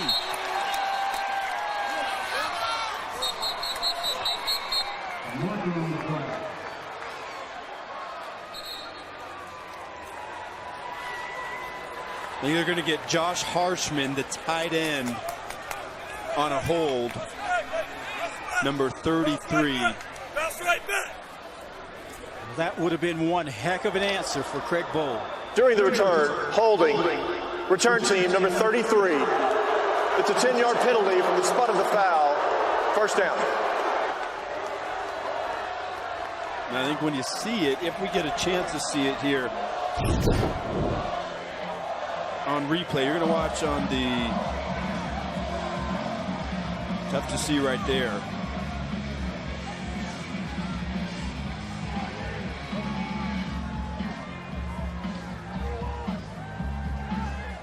There you go. Here is number 33 right there. And you see the right arm hooking the kickoff cover player. So that return by May is negated.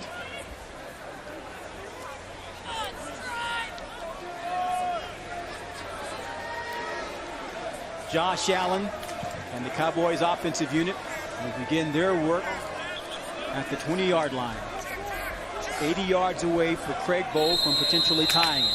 He has to feel pretty good, though, about the way things are going despite that last mistake, because it was just really bad last year. They opened the season with 6 straight losses. Yeah, but you know what? You don't play this game to just get better. You play this game to win. And their goal in this game, just like it is for the Huskies, is to come out of here with a victory. Fighting his way over the right side is Brian Hill. He's met by Mario Jones and 2 other Huskies. Our Vistafint player profile. Sean Lurie is the subject of our player profile, and he has had a remarkable career. 9 interceptions. Last season led the FBS, 273 interception return yards. First team All-America as a sophomore. All of this for a guy who did not start 2015 on the first unit. On 2nd and 8, Allen finds Gentry across the middle. That's a first down. Chains will move. Sean Collier there defensively. That's the second time tonight they've gone to that exact route in that exact matchup. They did it earlier in the game in the first series, and it worked. And here again, a positive result. Gentry takes a breather. Wyoming now, first down. And it's Hill fighting his way for yardage over the right side.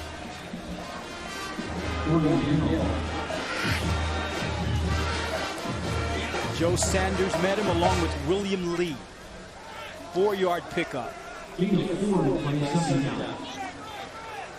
Look at Sanders, a junior from LaGrange, Georgia.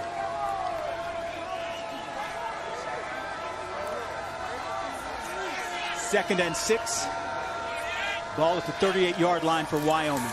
Tied at 20. Allen has time to throw. And I don't know if the timing was off with Gentry. There is a... but they could not connect. There is a flag down on the play. Holding, they're trying to get defense number 31. That's a 10-yard penalty from the previous spot. Automatic first down. Anthony Brooks. Yeah, they're trying to hit a double move on Brooks, and initially he doesn't buy it. He is in great position, but then at the very last moment, boy, I don't know. I don't know. Is that a catchable ball? Well, I don't know if it's whether it's catchable or not. I don't know if that was pass interference. 8 penalties for 65 yards for the Huskies so far this evening. Hill keeps those legs moving, as Adam mentioned earlier. His hallmark. Jamal Payton met him there, the senior linebacker, number 33, along with Brooks.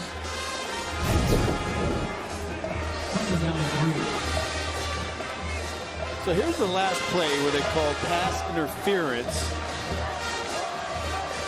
Well, you know, you can argue, Dwayne, was it catchable or not. I think the ball was in the vicinity of his hand.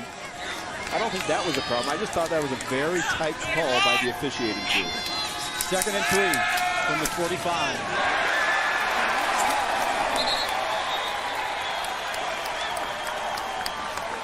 Anthony Brooks there defensively. C.J. Johnson hauls in the pass.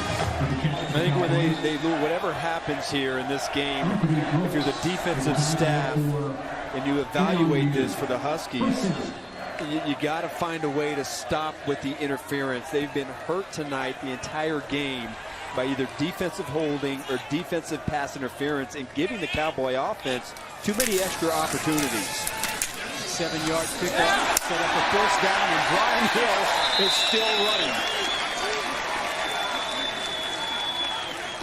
He seems to get stronger as the game moves on. Yeah, he sure does. And right there, Jamal Payton, the big middle linebacker, has a chance to square him up right there in the hole. But a beautiful spin move on contact. And again, always falling forward as he hits that secondary.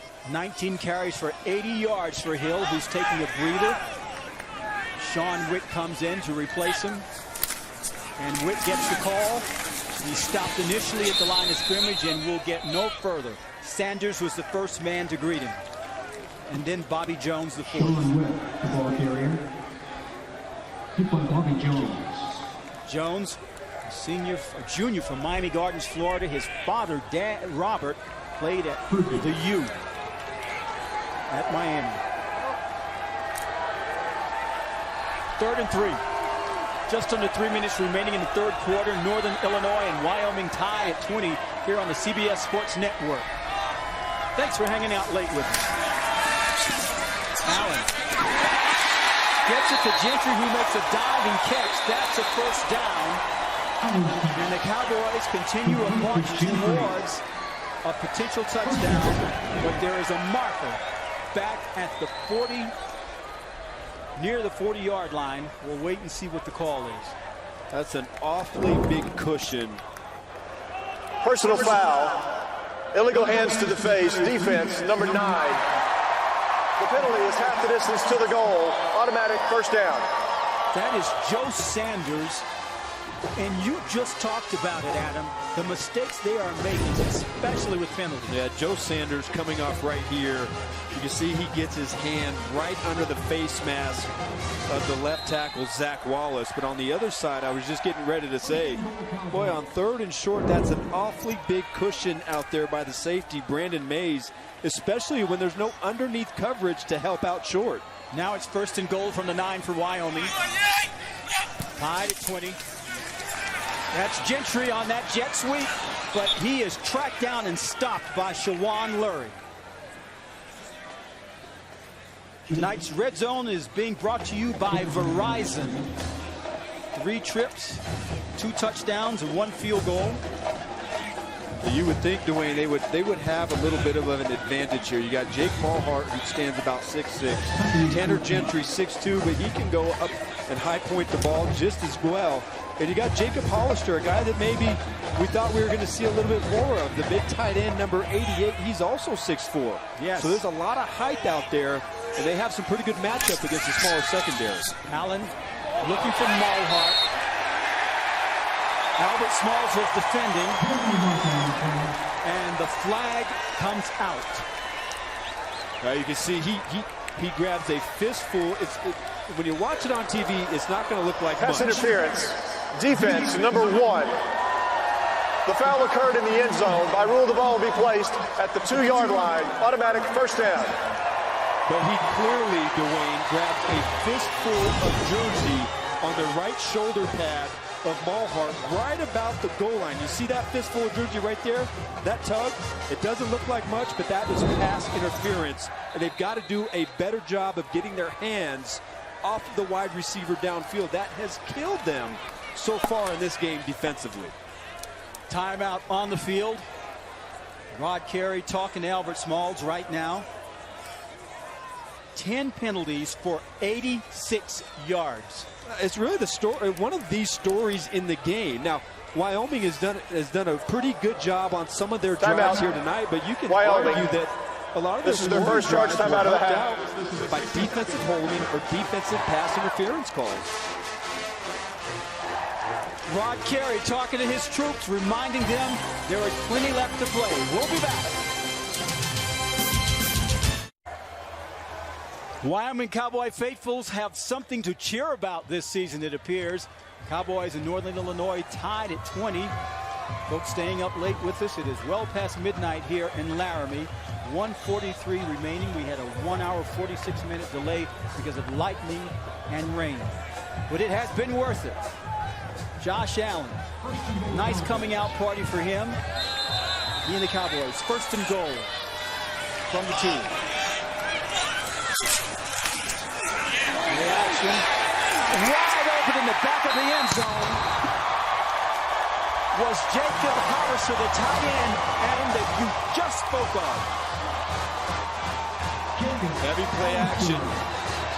Got the safeties once again, eyes in the backfield, and that one was extremely easy. I believe it was the safety, Michael Allen, who came up and bit on that play action, and Josh Allen hits the tight end for the touchdown. Cooper Roth on for the extra point. Freshman makes good. And it's a 27-20 ball game. 1:39 remaining in the third quarter, and Hollister, we knew that he would be a factor at some point. Here. It looks like, now it's tough to say, you know, whose responsibility it was, but it looks like the reaction. Michael Allen comes up, and that's a drop in coverage, easy touchdown. Second time tonight, play action. Has fooled his secondary for a touchdown. Hollister started his career at Nevada as a quarterback, converted to tight end in junior college, and now here he is. Josh Allen's feeling good. You didn't want to thank Jordan Ellis. Hollister has a twin brother, by the way. Cody, who's a wide receiver at Arkansas. You talk about an athlete. 9 varsity letters in high school. It's not bad. That's Adam Archuleta territory. I was going to say that's Wayne Fallon territory. 10 plays, 80 yards on the drive, 5:24.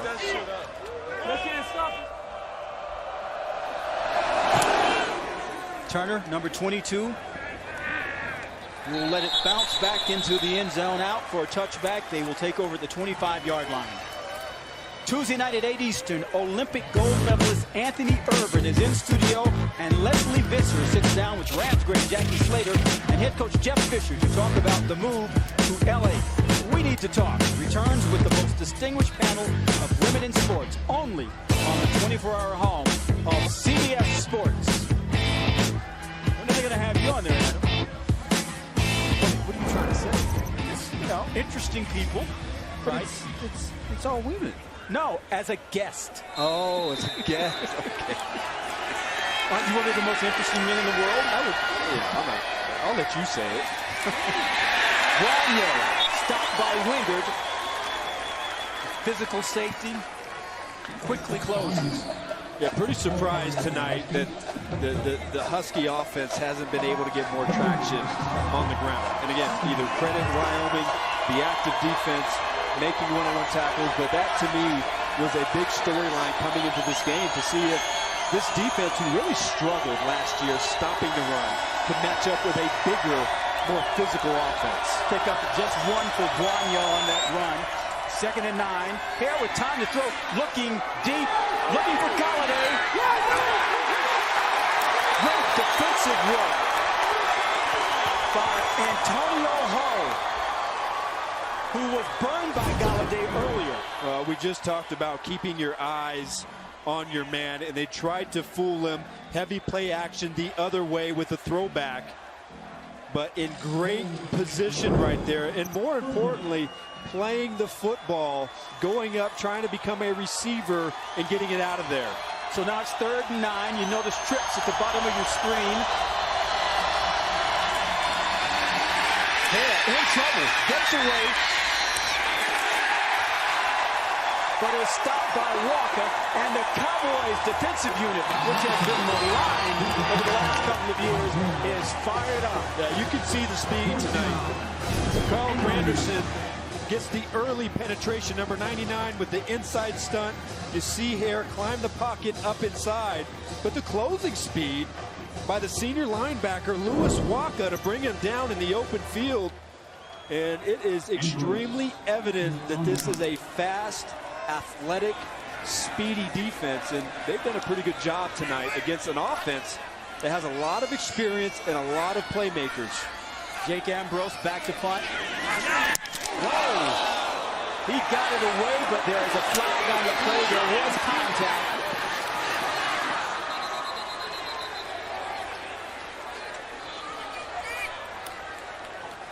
So Northern Illinois might have gotten a reprieve here on their offensive set.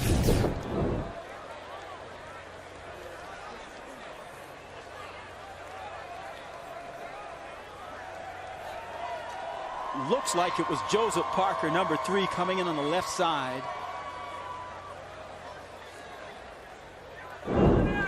That's the 2nd time tonight. We await word from referee Kevin Hassel. Penalties have come at some very consequential times in this game. You can say it's mistakes. Both coaches said first game of the season, you don't know what you're going to get. You have to minimize mistakes. Wyoming, for Northern running Illinois, into the kicker pass interference. Defense. That penalty will be added to the end of the return. First down. So Wyoming will have the ball when we return. It's the end of we will extend for one untimed down. Wyoming 27, Northern Illinois 20. You're watching college football on CBS Sports Network.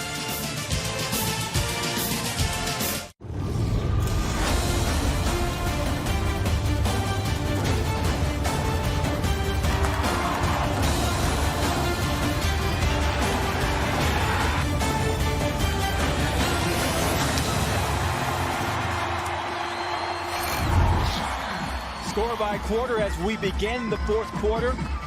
Wyoming 2 touchdowns in that 3rd quarter to Northern Illinois 1, and the Cowboys have a 7-point lead. Cassie, I would imagine not only the band, but the players are pretty excited.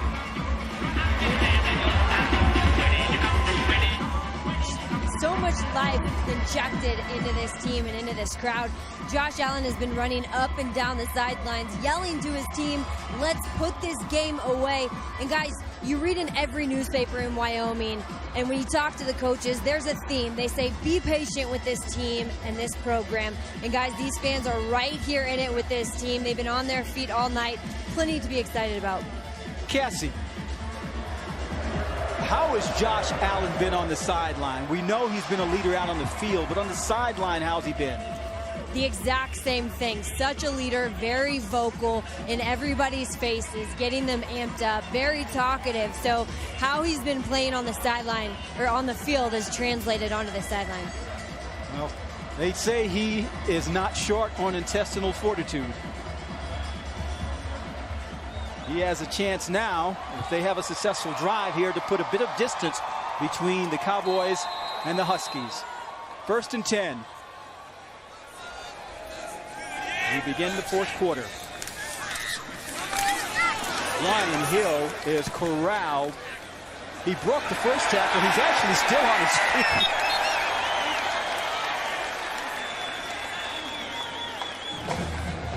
He does not go down easily.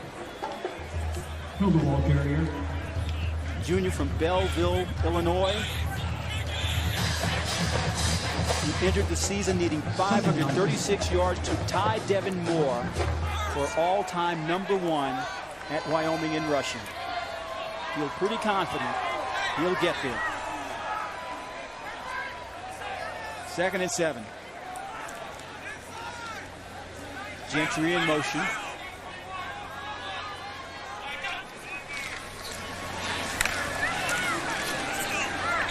Again, it's Hill, just fighting for yardage, right up the middle, going at the heart of Northern Illinois' defensive unit. That interior front that defensive coordinator Kevin Kane told us had to play well for them. Yeah, they really wanted the inside to be more stout against the run and not get pushed around. And, you know, I got to say, I think defensively they've done a pretty good job here tonight. It's really the mistakes and the extra chances they have given Wyoming because of the play in the secondary. 3rd and 4 from the 32. Allen. That's a first down.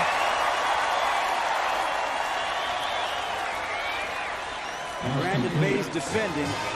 You know that throw we've been hearing about? There it is. That's the one. And that's the one they need. Perfectly placed right as his receiver is coming out of his break. He doesn't step into it, but you see the velocity and the speed at which he gets that ball out there. The sophomore James Price with the catch, a 13-yard pickup. Brandon Mays appears shaken up a bit, winded. He's on the sidelines being tended to now by some of the training staff for Northern Illinois. Meanwhile, back on the field, Wyoming with a 1st and 10 at its own 45-yard line, leading 27-20. In a season opener for both teams here in Laramie, Wyoming at War Memorial Stadium. Now, I say you go play action and get the backup to Brandon Mays. See if you can get him to bite up and get one over the top.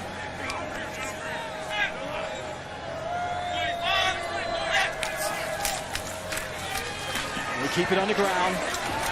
Once again, it's Hill, who really takes prisoners with him as he moves. I'm telling you, you got Trayshawn Foster right here, a freshman. Brandon Mays comes out of the game. I wouldn't be surprised if you see a shot going down the field and take advantage of somebody coming in off the bench. 91 yards rushing for Hill as he gets closer to the century mark, something he did quite a bit last year. 2nd and 5. Ball at midfield. Allen must have heard you. He's going up top. Intended for Gentry, but there is a flag down behind the line of scrimmage. They went after the wrong safety. Holding. You wanted the back offense number 55. It's a 10-yard penalty from the previous spot. Still 2nd down. You're going to take a shot down. Go play action. You got to make.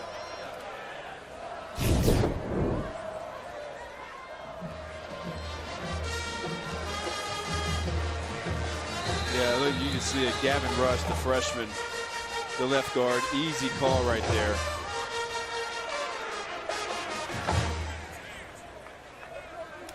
Now that's interesting. Naomi Olutu just kind of reached out and escorted Gentry along. They've got a problem back there in that secondary. They got lucky. 6 penalties for 65 yards for Wyoming. Allen looking downfield again. This one was nearly picked off by Shawan Lurie, who had 9 of them last year. A streak of 5 consecutive. And he goes down from one knee, back up, limping a bit. He got away with one right here. I mean, this isn't going to happen very often where Lurie comes out of his break Paslin bounce off his chest. When I love beating dead horses. Okay, beat away. You have a chance. You have number 40, not 19, number 49, and you choose to go with the All-American corner who's squatting all over your wide receiver. And now that All-America corner is gingerly leaving the field. He doesn't seem happy.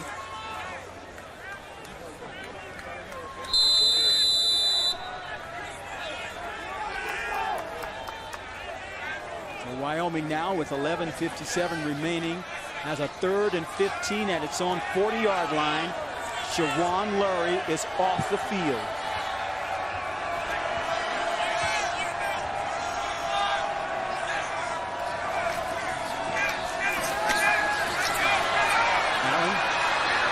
Will slide.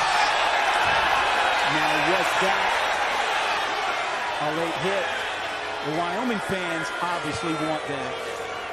You know, I'd have to see it again, but it looked like to me that Renard Shurin was looking to avoid contact, and he wasn't really trying to hit Allen. Remember this year, one of the new rules is a player can slide. Yeah, he's not forcibly trying to make contact right there. I don't think that's a good no call. Brings on Ethan Wood to punt away. Lurie's back out there. Bounces out of bounds just inside his 30-yard line. And that's where Northern Illinois will take over, trailing by 7 with 11:12 remaining here in Laramie, Wyoming. Can Drew Hare get the Huskies going again?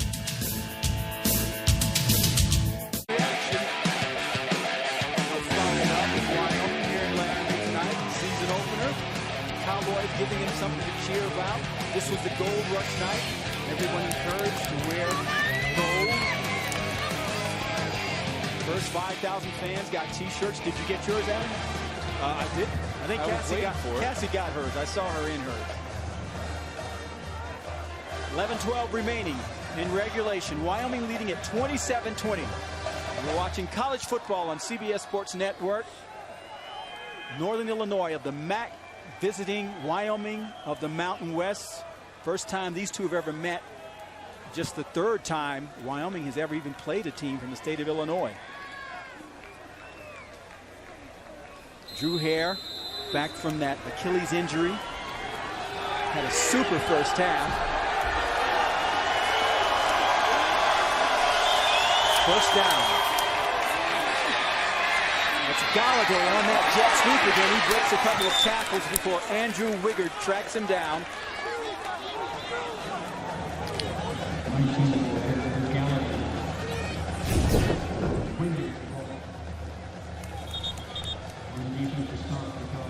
Another big physical run by Golladay, but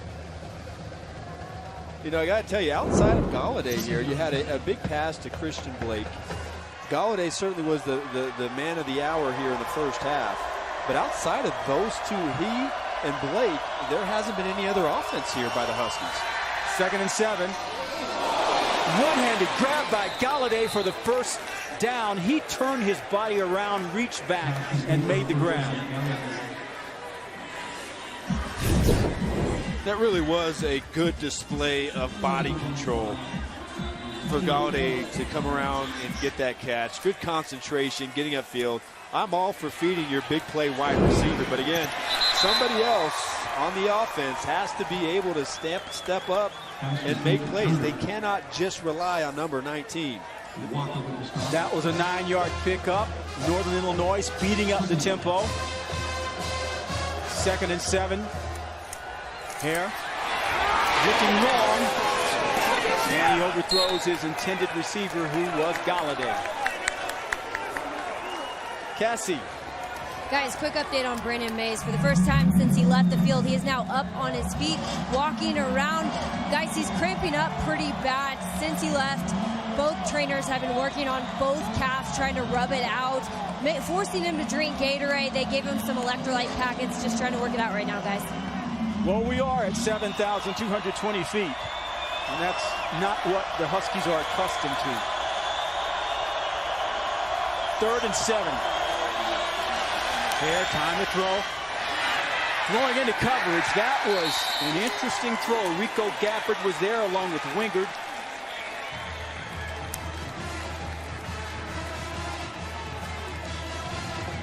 Good job on the offensive line picking up the extra pressure that was sent by the Cowboys defense. That should ensure some one-on-one coverage, but the junior college transfer, Rico Gafford, the guy they brought over to play man-to-man coverage specifically, right there, not fooled, in perfect position, and they forced the Huskies to punt yet again. So once again, we'll see Jake Ambrose kicking it away to Austin Conway. Conway catches it. He's not believing a fair catch, does he? He's got some room to run. Conway still on his feet. Austin Conway. Unfortunately, there's a flag on the field. We'll have to wait and see what happens. But boy, Austin Conway, a former basketball player. Wow. 5'10", 172 pounds. There are 2 fouls on the intercepting team, or the return team. Illegal block in the back, number 27, the return team. That penalty is declined. Illegal block in the back, number 2 of the return team. That penalty will be accepted. It's 10 yards from the spot of the foul. First down. Well, that's Davion Freeman and Robert Priester. So once again, Craig Bowles looking at media timeout. Return negated. Remember DJ Mays returned. Yeah.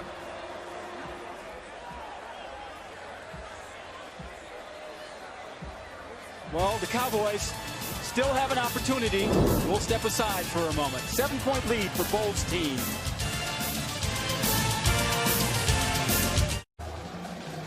Messrs. Freeman and Priester discussing the infractions they incurred just a few moments ago. Negated a great return by Austin Conway. But Wyoming does have the ball, starting deep in its own territory at the 10-yard line. Craig Bowles' team leading 27-20. 9:27 remaining here in Laramie. 7 penalties for 75 yards for Wyoming.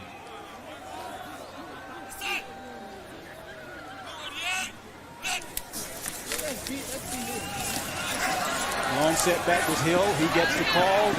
Really doesn't get anywhere. He's chased out of bounds by Lurie. Might have even lost a yard on the run. Lurie is not feeling right, but he's still out there. Are we talking cramps? Yeah, tough to say. But he's had a heck of a football game tonight.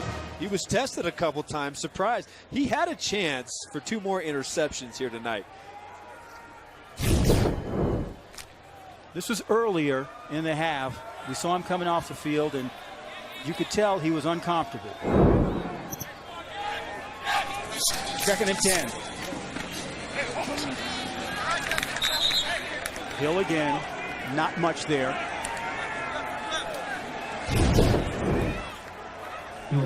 There's Lurie evincing discomfort. That's a cramp, don't you think? Dr. Archuleta? I hope so. That's what I feel like in the middle of the night sometimes. Well, my hammy goes out on me. Oh, he's going to watch from the sidelines for this play. 3rd and 10. So far, Wyoming's run the hill twice. Gotten nowhere. Officials momentarily stopped play. Northern Illinois. That is their first time out of the half. Northern Illinois. Their first time out of the second half. Rod Curry, we mentioned he's in his 4th year, and the team was 8-6 last year. Played in that 6th straight MAC championship game, but yet it didn't feel like a Northern Illinois season.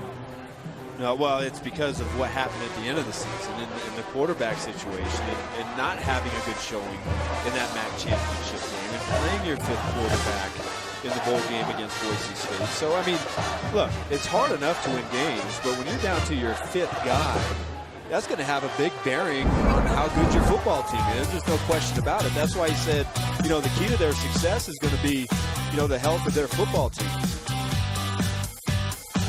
Carey. He's got quite a record. Played at Indiana, 1993 grad, played center. Matter of fact, he said when Hare was injured, he thought he could relate to Hare because when he was in Indiana as an offensive lineman, he went out. And I don't know if Hare really got the connection. 3rd and 10.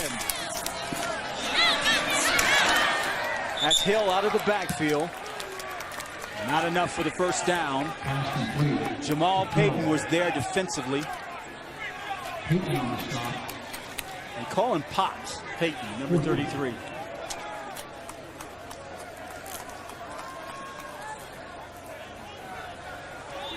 Now back to punt. Ethan Wood, 41.8 yards average last season. He had 12 of 50 yards or better. His longest was 67 yards against Eastern Michigan. I imagine he'd like to get one now. Lurie is backpedaling. He feels it at the 35 and just gets down to the 36 where he was tackled quickly by DJ May, who's had a pretty good game on special teams. Well, special teams, you've seen him very active on defense. A lot of open field, one-on-one tackles, showing off that great speed and athletic ability that he has. Does Rod Curry's Northern Illinois squad have enough left in the tank? 27-20 Wyoming leads Northern Illinois. On that last punt return, was Shawan Lurie actually down? Doesn't look like it from that angle. It appears that DJ May provided support, and Lurie's knee never actually touched the ground. Kenny Golladay has had a big night so far. 1st and 10 for he and his Husky teammates at the 36-yard line. Trailing by 7. 7:26 remaining in the 4th here in Laramie, Wyoming.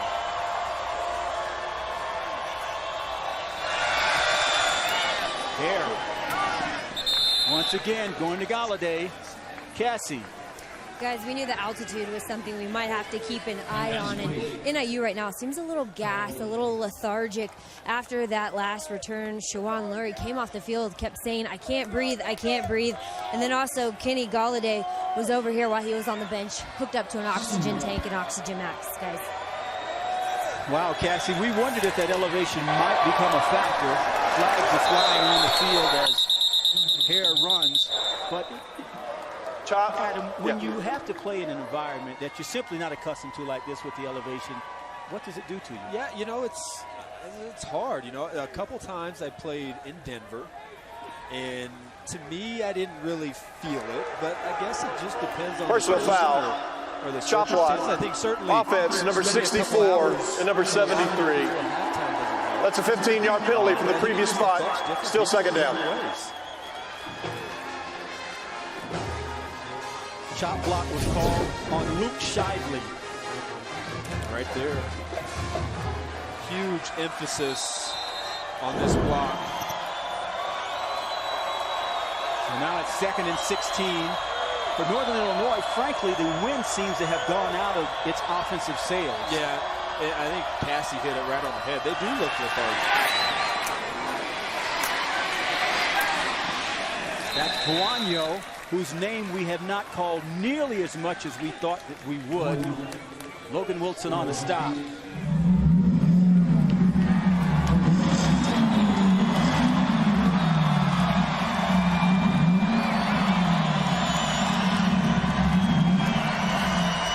revving up the motors here.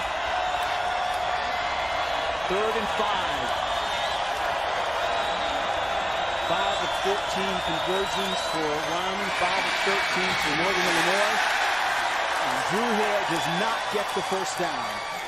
He is quickly met by Wingard, who hits pretty hard for a guy coming up from that safety position. Yeah, it's amazing how fast and how many times we've seen him coming from free safety and making tackles up and close to the line of scrimmage. You would think that you'd be able to take advantage of the aggressive nature of these Wyoming safeties, but so far in this game, they failed to do it.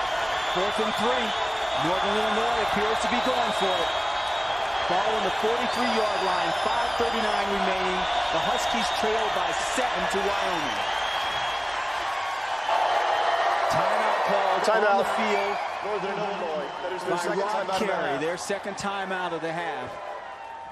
You know, it's interesting. Cassie talked about how gassed they looked, but we didn't think that would be the factor that apparently it has become in this 4th quarter. Well, you know, sometimes, too, the first game of the season is kind of shocking. This will be a 60-second timeout. You haven't played for 8 or 9 months, and as hard as you practice, you still can't simulate that game experience. So there could be a factor of not only the altitude, but playing in that first game. And then, again, it seems to affect different players in different ways. But, you know, clearly it doesn't seem like a high-energy effort that the Huskies are putting forth right here in the second half. Well, this team lost this program lost its last 3 games of the season last year. They do not want the program to extend it into a 4th game by starting this season with a loss. Next week they're at South Florida. I'll be there at that game. And it's Rod Carey has some things to figure out. Just again, we talked about Joel Buono, but friends, think about this. This guy was a Doak Walker and Maxwell watch list guy. 6 100-yard games last year, 18 touchdowns, over 1,200 yards rushing, and we have barely called his name. He's number 28. So here it is, 4th down and 3. Northern Illinois with the ball, trailing by 7. Got a lot of space right here to work Golladay one-on-one.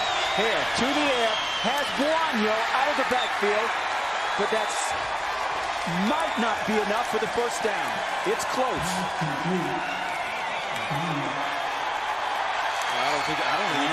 They don't get there.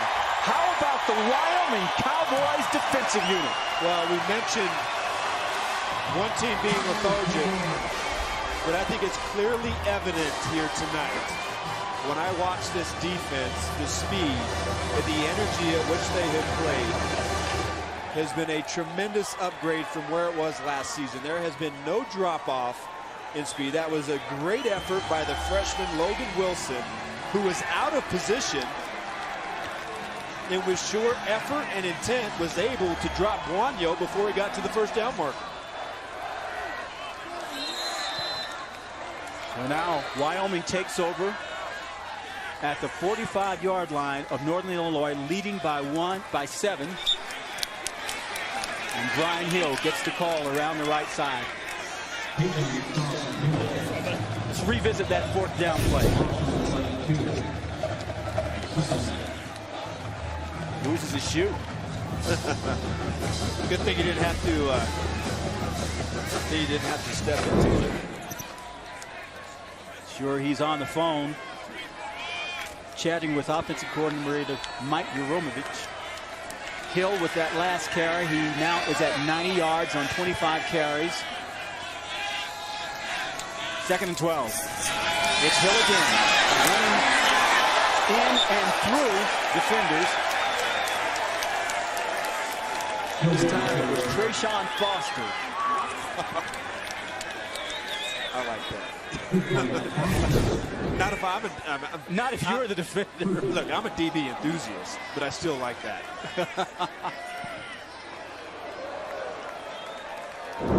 You know, there's one thing we haven't talked about tonight that was a major question, and something I certainly want to know was, would Brian Hill lose his mojo with cutting off the dreadlocks coming into this season?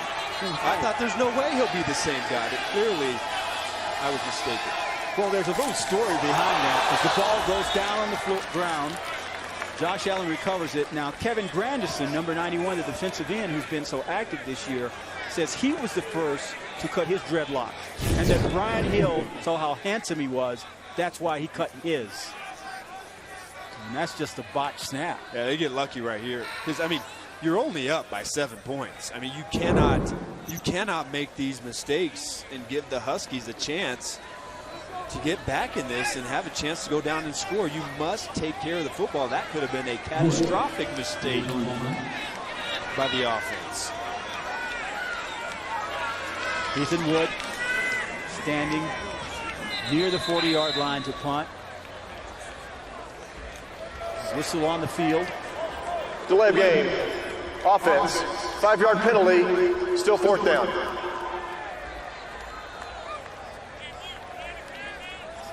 Is that simply getting more space? Oh, yeah, without a doubt. You see Woody's a senior from Colorado. Correction. Springs. The penalty is declined. 4th down. So the penalty was declined. So the game of chess between Carey and Bowl. You got to find out if the other head coach is paying attention. Is that check? Whistles on the field again.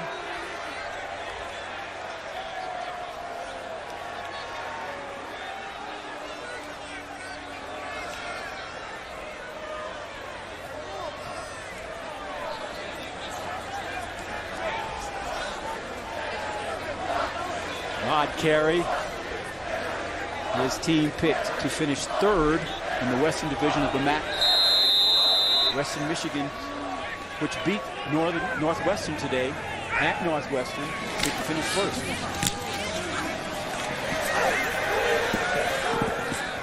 That punt will settle right around the 13-yard line.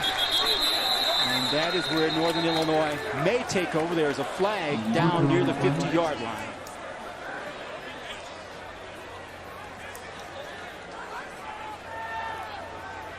We've seen quite a bit of Kevin Hassel this evening. Holding. Offense, number 99.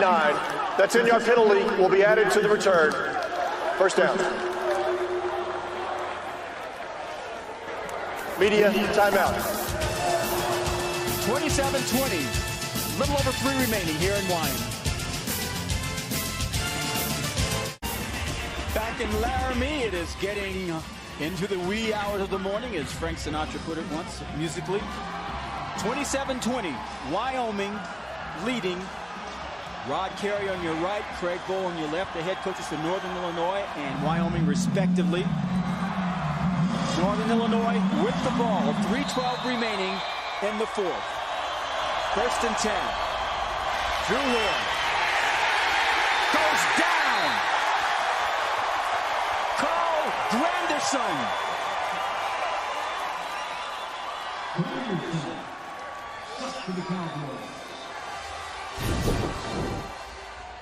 Boy, really good job again. You see the stunting up front for the Wyoming Cowboys on defense.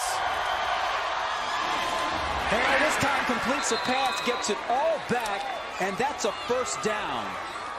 DJ May defending, but Shane Wyman, the tight end, came up with a 22-yard catch. A big catch. Again, very surprised that we haven't seen more of the middle of the field being attacked by the tight end in Argaris Turner. Ball now at the 35-yard line. It was deflected.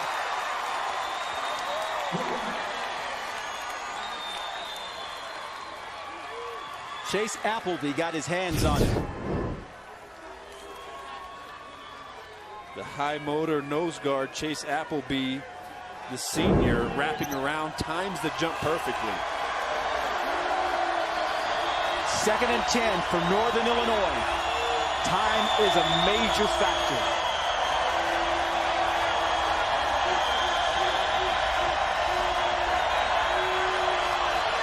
Crowd getting into it.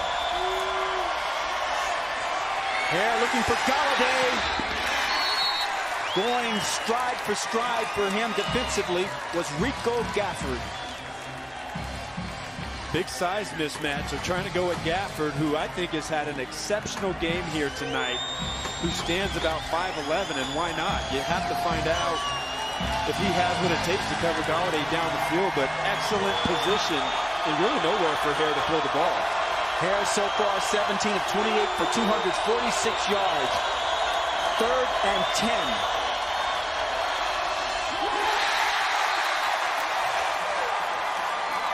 Miscommunication. Christian Blake.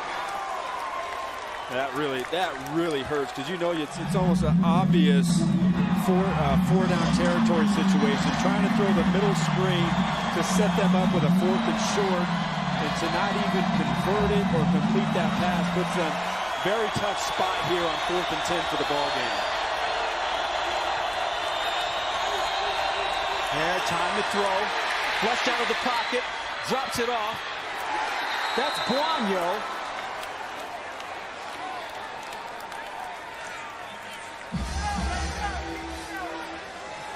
Big effort right there from Guanyo. That was so close.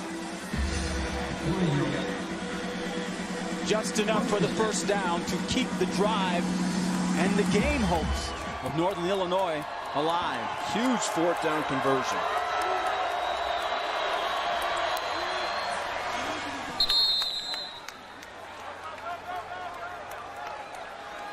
Clock is running, up tempo, completion to Blake. 8-yard pickup. Northern Illinois now into Wyoming territory. Hare finds Golladay across the middle. Gafford is there with him, but not before the 6'5" senior makes the catch. Yeah, again, attacking the inside in between the hashes. And really, time right now, to me, not that big of an issue. You've got a timeout, 1:30 left. You're inside the 40-yard line. You should have plenty of time to run your offense and try and score. 11-yard pickup sets up first down from Northern Illinois at Wyoming's 36-yard line. Hare underneath, he connects. That's Blake. He has room to run and gets out of bounds. Another first down. As well as Wyoming's defensive unit has played, Northern Illinois appears over the last couple of plays to have figured something out. In that 4th down, I mean, really, that's what it comes down to. The 4th down scramble by Hare and dumping it off to his running back and converting, because before that, they had nothing going. But right now, Cowboys really struggling to make a play. First and 10 from the 19.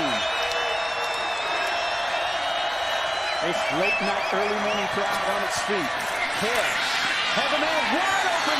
That's 6 points. The tight end, Shane Wyman, 19-yard strike.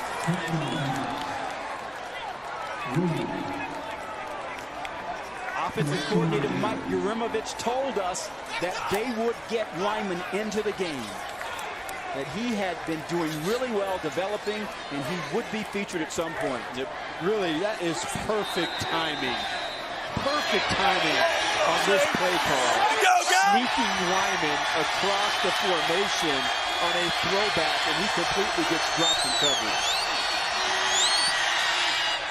Extra point up and good from Christian Hagan. And once again, we are tied here in Laramie. 27-27, 1:13 remaining when Craig Bowles' offensive unit takes the field. Boy, that was a great job. You see Wyman right here. He's going to delay, and as the action goes this way, he's just going to slip out and get lost. Delays the block. He gets dropped by the linebacker that's in coverage. Couldn't think of a better time to pull that one out of the playbook. 10 plays, 77 yards. It took 1 minute, 59 seconds. We are tied.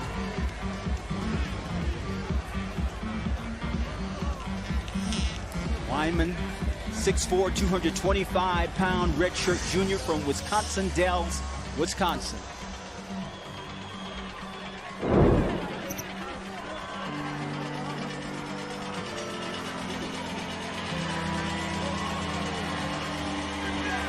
I'm not going to say the word overtime. So you did not hear that. You got to go back to that 4th and 10. Yes. I mean, the chances of that, under pressure, improvising, dumping the ball off, and the effort from Guanyo to get that first down. I mean, that was an amazing 4th down conversion that even gave them a chance to march right down the field. Christian Hagan is set to kick off.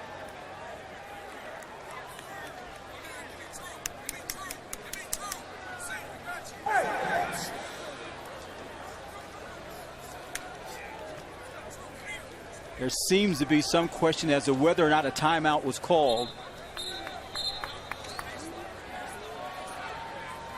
Craig Bohl, his third year here, went 43-2 over his last 3 years at North Dakota State, including those 3 national titles. You told us that the program is going in the right direction, but obviously you need wins to demonstrate that to the fan base and to others.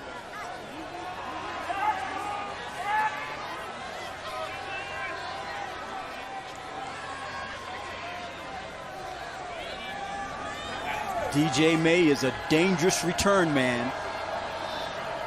Number 7. He's had a pretty good night.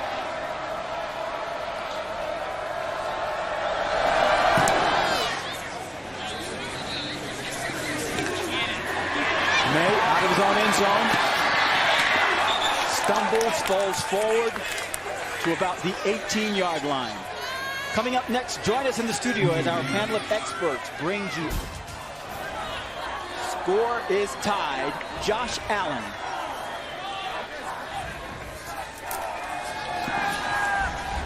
Pumps.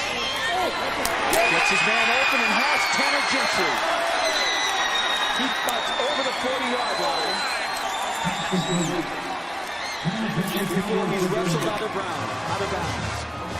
That's a big-time throw right there by Josh Allen. I thought they would have tried to maybe play it conservative there because of their field position on that first play, but he zipped that ball across the field. 24-yard kickoff on that play. Looking for Gentry again. And if it gets down to that, be mindful that there is a freshman kicker named Cooper Roth on the sidelines for Wyoming.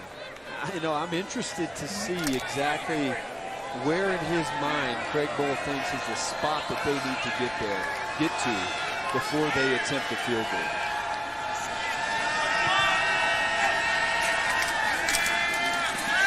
Allen rolling right.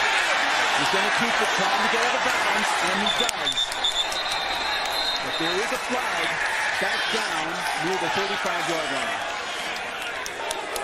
Holding. Offense, number 59. 10-yard penalty. Replay second down. Holding on Ryan Cummings, the right tackle. Yeah, I think it's another quasi takedown technique that was fairly evident that it was a hold. You see right there, number 59, Ryan Cummings. He wraps the outside shoulder, spins him around. That's an easy call.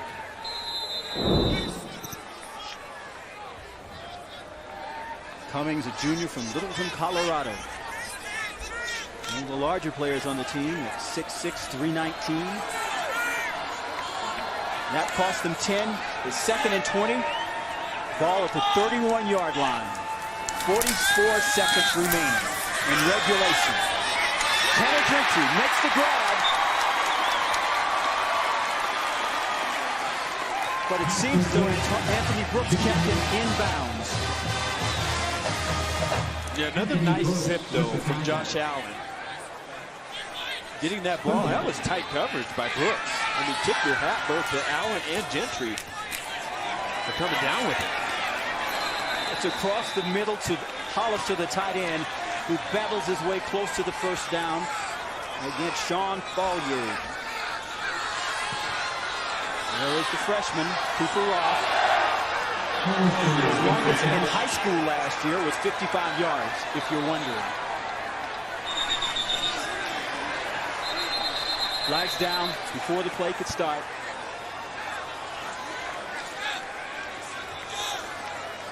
"20 seconds remaining here in the fourth quarter. We are in Laramie, Wyoming, nestled between the Laramie Range and the Snowy Range. Beautiful country.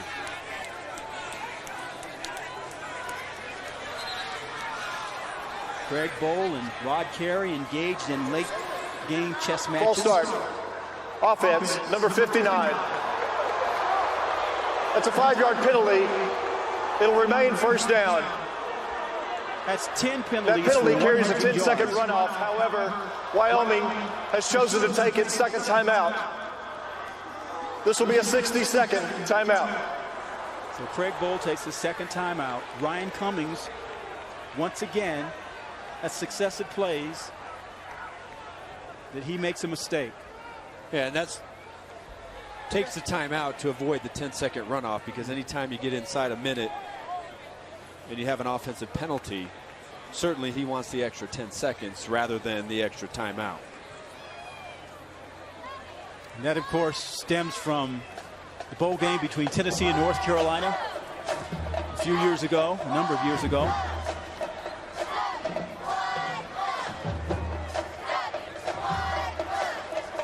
Bohl's Cowboys have been picked to finish 6th, which is last in the Mountain Division, which is where they finished last year. Boise State picked to finish 1st. San Diego State picked to finish 1st in the West. You surprised Boise State wasn't ranked in the preseason? They got votes, but they did not make the preseason top 25.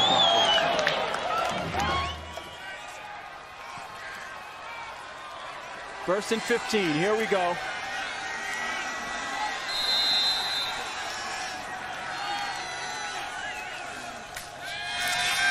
Allen steps up, will run. He slides close to the first down. Depends upon where it is marked. That's going to make it interesting. I'll tell you what, man. That's Bobby Jones, the 4th, rolling around on the ground for Northern Illinois. Remember, Cassie told us earlier that a number of the Northern Illinois players were complaining about not being able to breathe properly. We are 7,220 feet above sea level here at War Memorial Stadium. And if you're not accustomed to this, and as Adam, you just know, Would the game clock operator please put 11 seconds on the game clock? 11 seconds, please. He appears to be okay. They're putting 11 seconds back in the game clock. You can see he runs into the free safety, Trayshawn Foster. And one of those cases of friendly fire hits him right there in the gut. But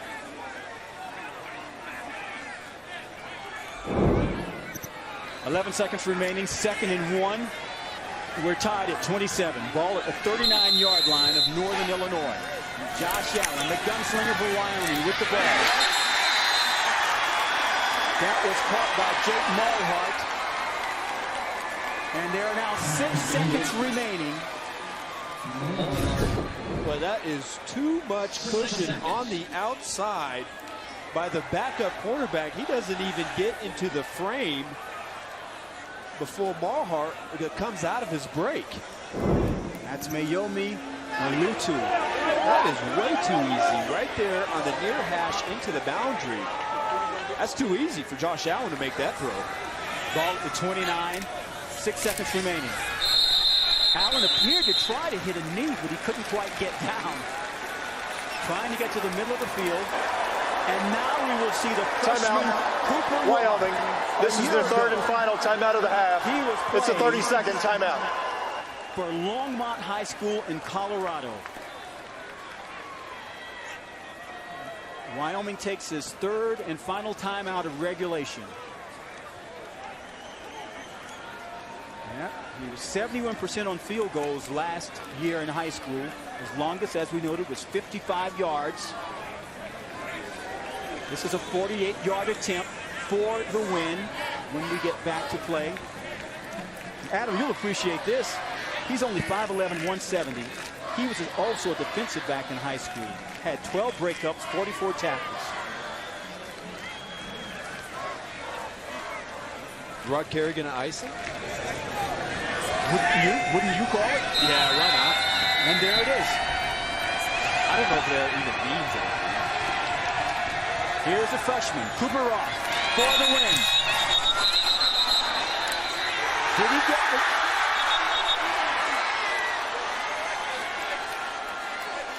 Ball wants it to count, but was the timeout called in time? Prior to the snap. I heard the whistle before the snap. Timeout. Northern Illinois. That is their 3rd and final that was timeout close. of the half. Rod Carey played that 60-second timeout. awfully close. Well, let's listen. Would the game clock operator please reset?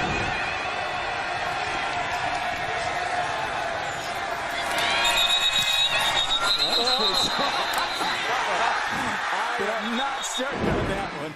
My ears are on a 5-second delay. Okay, that's just that's pretty. As our wonderful producer Bruce Clark would say, that's kind of shaky right there, Dwayne. Well, this would be the longest of his college career, which is just under 4 quarters old. 48-yard attempt for the win. He misses to the right.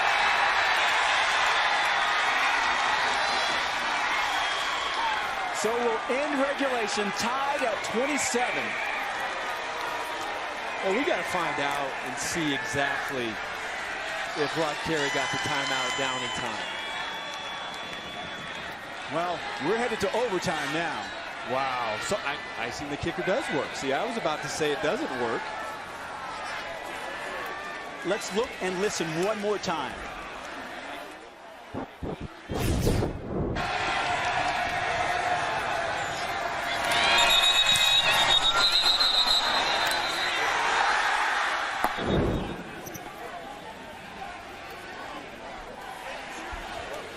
Right, so the one thing that we don't see is when the timeout was actually called. We heard the whistle, but if Rod Carey actually called the timeout before the ball was snapped, then they're going to grant him that. So we got to give them the benefit of the doubt that we can't go on the whistle, and we didn't actually see the timeout signal being given. Well, apparently it was good enough for the officiating crew. Last overtime game here. October 18th, 2014 versus San Jose State, a loss 27-20. NIU playing in the 2012 MAC championship game versus Kent State, won in double overtime. So there's Cooper Roth, number 40, the freshman. Time to think about it.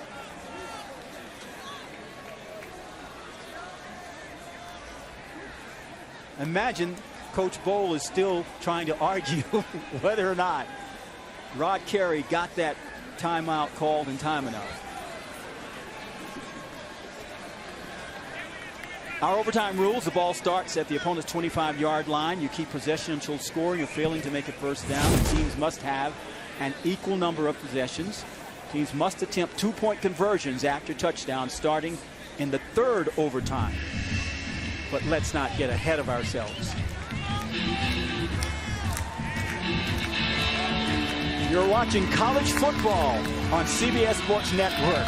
Along with Adam Archuleta, Cassie McKinney, our entire CBS Sports Network crew, I'm Dwayne Ballin, and we are into the wee hours of the morning here in Laramie, tied at 27.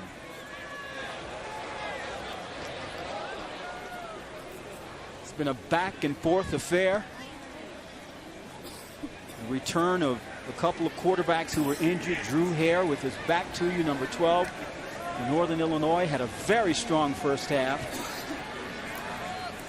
Josh Allen, number 17 for Wyoming. He's kind of lived up to that gunslinger mentality. Some of the plays he's attempted.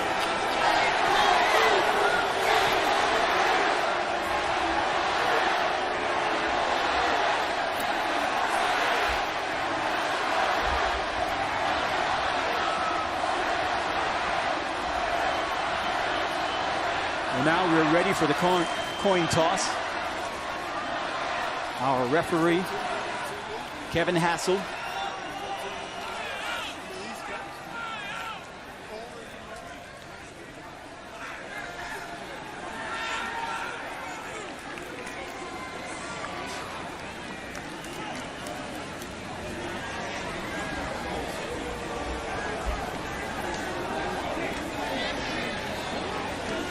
Doesn't appear as though Kevin's microphone was working, but we'll be back with overtime. Wyoming, Pistol Pete, and the guys are tied with Northern Illinois at 27. Welcome back to War Memorial Stadium, Jonah Field here in Laramie, Wyoming. The beginning of overtime. Wyoming won the toss, has elected to go on defense to begin. Craig Bowl looking to start the season 1-0, as is Rod Carey. This game has gone back and forth.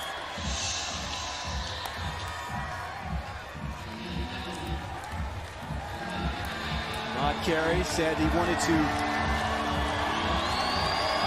get things back in order after that 8-6 season of a year ago. So Drew Hare on Northern Illinois, their first play of overtime. Golladay in motion. There's that jet sweep again, and Golladay dives for the pylon. He did not get here. Wow, they have burned Wyoming on that very play all night. That's pretty unbelievable.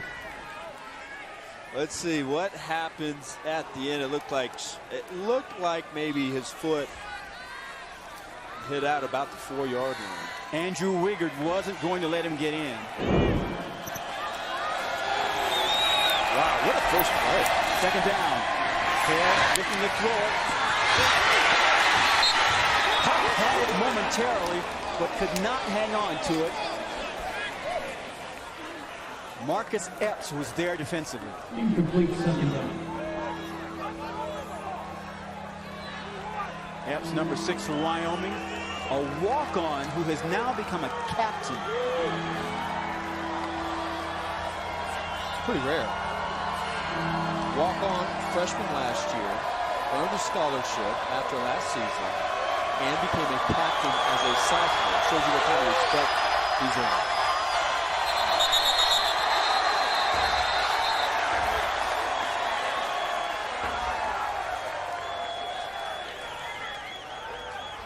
Flags on the play.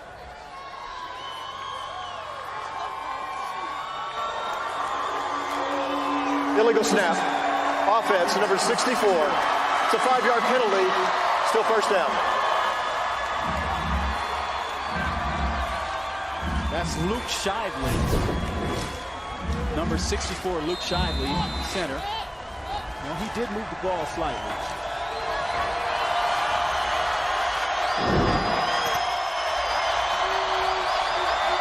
We're in overtime. It's Golladay again, who's become Northern Illinois' most potent weapon on the ground. Sure. We knew that it was going to be a big challenge outside for the cornerbacks for the Cowboys, but he has earned a living running this jet sweep. A big-time tackle right there. Big shot by the fantastic safety, Andrew Wingard, to bring it to the ground, but that has been by far their best play offensively today, getting the ball to Golladay on that little jet sweep. 3rd and goal from the 2-yard line. We're in overtime. He lost the ball. That's incredible. It's recovered by Wyoming.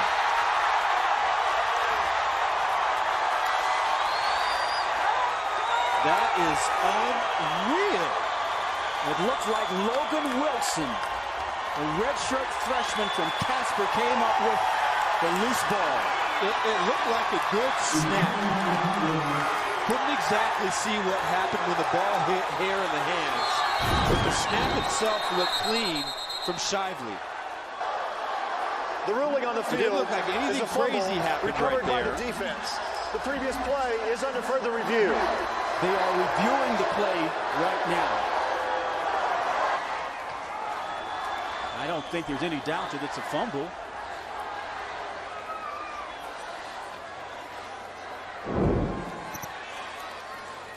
Logan Wilson coming out with a huge play. It looked, clearly they're trying to see if they could see if there was a, officially who was on the recovery. It looked as if Hare tried to get out a little bit too early.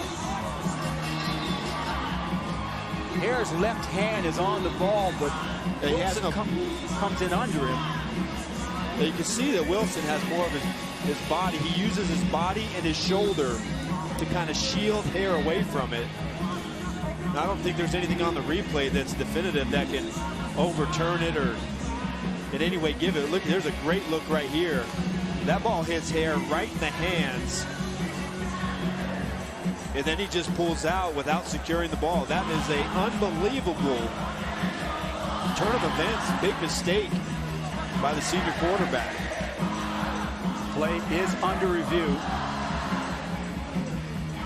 There you see Hare get his left hand on the ball, but as Adam, you noted, Wilson comes in low and hard, and he's a linebacker, and Hare is a quarterback. And basic physics tells me that Wilson's going to win that. Yeah, Hare got there first, but by no way was the ball secured before Wilson got there. Kevin Fassel with the call. After further review, the ruling on the field stands. There's a fumble recovered by the defense. So the ruling stands, not confirmed. There is that differential. So Wyoming now has the opportunity to have the ball last and earn the win. You still, I mean, not to say anything, but you still have a fairly unproven kicker. But you have number 5 in that backfield, Brian Hill. Oh, that guy. A record-setting running back. Here's what you can't do if you're Wyoming. You can't afford a mistake. You can't afford a holding call. You can't afford a false start. That's happened too often for this offense that have put them in a bad position. Right now, that's the worst thing that can happen to you, is making a mistake and going backwards to start this drive. Play action, rolling right is Allen, looking for the end zone. He was trying to connect with Gentry. Intended for Gentry. Second down. They've had a little success in moving Allen outside the pocket and throwing on the run. Gentry, he wins the route. He gets position. And he can't really get any more open than that, but Allen just misses him.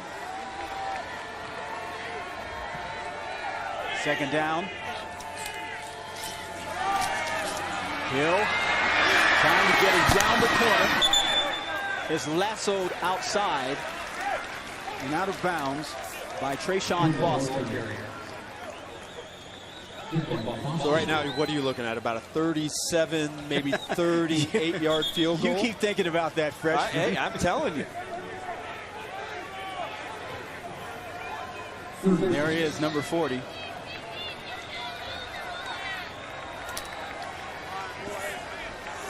Hill, by the way, 27 rushers, 99 yards.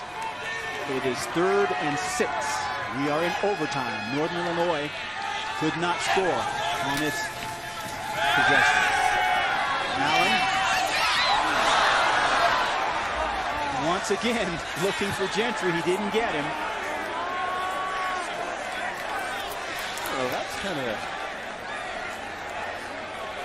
of an interesting play sequence. Well, now on to try a 38-yarder. He missed a 48-yarder earlier. What do you think? Come on. Of course he's going to ice him. Of course he is. 37 No yards. way. You can't. It doesn't work when you do it twice in one game, does it? Last year this time, Cooper Roth was playing at Longmont High School in Colorado.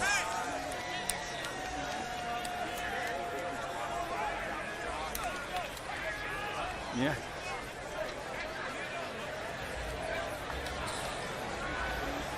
And again, his longest in high school was 55 yards. Well, he's got the legs. So in theory, this is a chip shot, right? Should be. So what's going through his young head right now? You know what? I don't know what's going through his head, but he has a chance here. He certainly has the talent, certainly has the leg for it. Just line it up, kick it, win the game. I think it's that easy, right? It sounds really easy from up here. So here we are, Cooper Roth, the freshman, 37 yards away from giving Wyoming a season-opening win. It's up. And once again, he misses.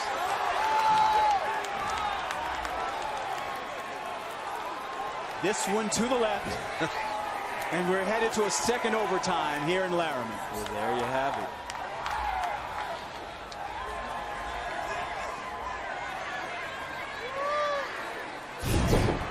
Here's a look at it. From that angle, that looks like a hard kick.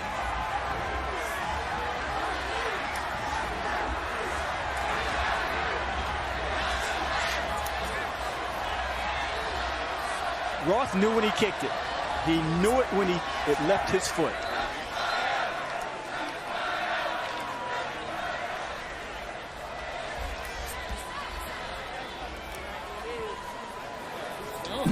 Well, let's do it again, shall we?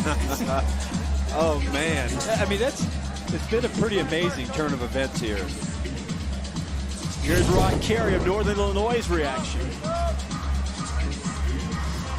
I mean, just think about how the end of this game has gone. With the made kick and the icing the kicker, then the missed kick, and then the big play from Golladay, the reverse on the jet sweep to get inside the 4-yard line, then the fumble by Hare. I mean, it's been pretty unbelievable, 10 minutes. Well, we've had another game in overtime. They might want to experiment with this time slot. What do you think? The 10:30 time slot? We promise unpredictability and excitement. So now, to start the second overtime, Wyoming with the ball at the 25-yard line. Tied at 27 here in Laramie. Brian Hill. That run puts him over 100 yards rushing for the game. I got to tell you, the last maybe 4 or 5 series from Wyoming has not been good. So I don't know if it's the Cowboys struggling or if it's just the defense finally not making mistakes and just playing tough. But it's been kind of there hasn't been a very good flow here in the second half of the fourth quarter for the Cowboys offensively. 2nd and 8 from the 23. Jake Maulhardt picks up a first down and positions Wyoming once again for a score. Just a really good job of hitting Maulhardt as he comes out of his break. Shawan Lurie has a chance to tackle him right there. Boy, a great hustle play by the linebacker. Renard Shurin to come over there and come from his linebacker spot to get him out of bounds. An 18-yard pickup. The ball now at the 5-yard line. That's Hollister, the tight end, in motion. It's Hill again. Right side. He's in the end zone.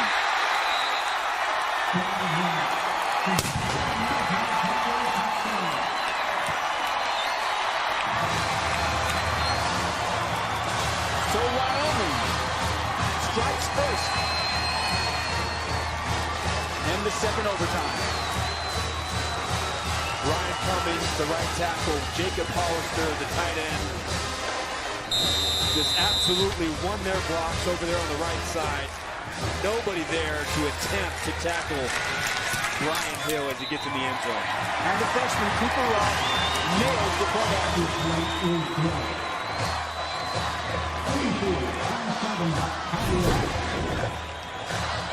Just look at that right side of the offensive line. You even get the freshman Gavin Rush who pulls over from his left guard spot, but there is just nobody home right there.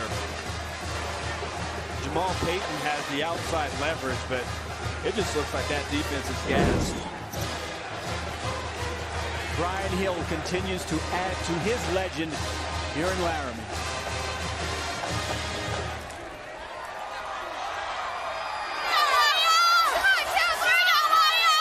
29 carries, 107 yards, and a couple of touchdowns for number 5. Now it's Drew Hare's turn. Trailing by 7.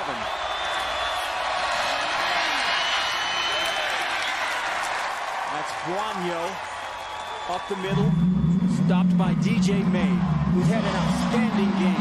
Yeah, he sure has. He's been on special teams. He's been all over the place here on defense.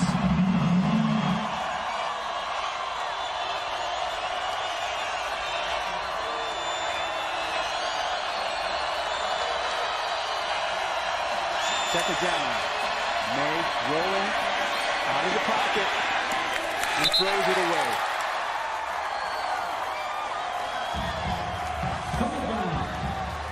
Is this Kenny Golladay time? I think you have no choice. He's really, I mean, quite honestly, the only guy who's done anything for you in this game. And if you go through your second overtime when you have to score, otherwise you lose the game, and he doesn't touch the ball in this series, well, I think that's a big mistake. He's matched up with Rico Gafford. Hare looking at Golladay. He had to reach down to get it, but he did make the catch. And that's a first down. What a catch. What a catch that was, man. I mean, that ball is inches from hitting the ground. Look at that. That's pretty unbelievable. I mean, that's a clutch play for the big wide receiver. 16-yard pickup.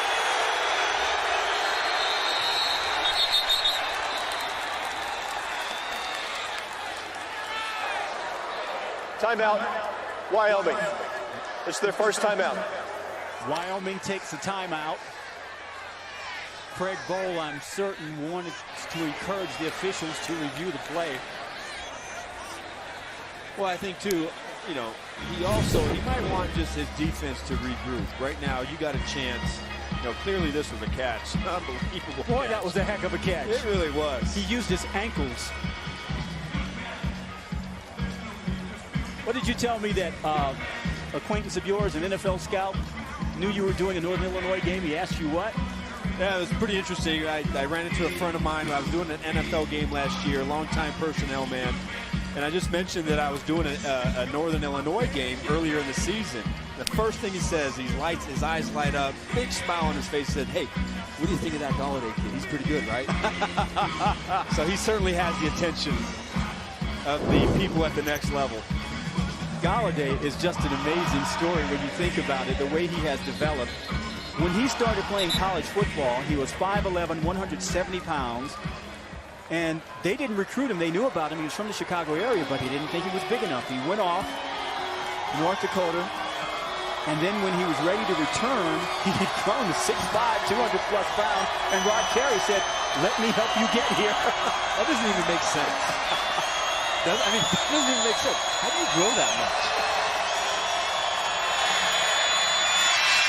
It's Guanyo pulling his way towards the end zone.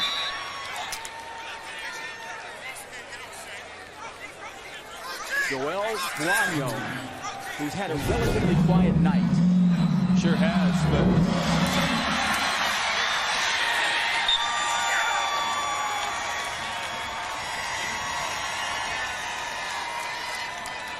and Northern Illinois has just punched it over for a touchdown.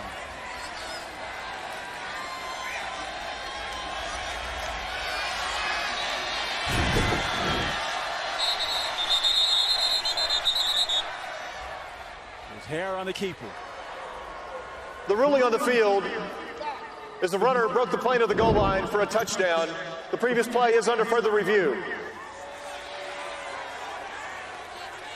Going to take a look to see if Hare did indeed score.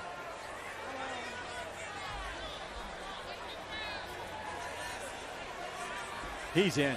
yeah, That's a touchdown.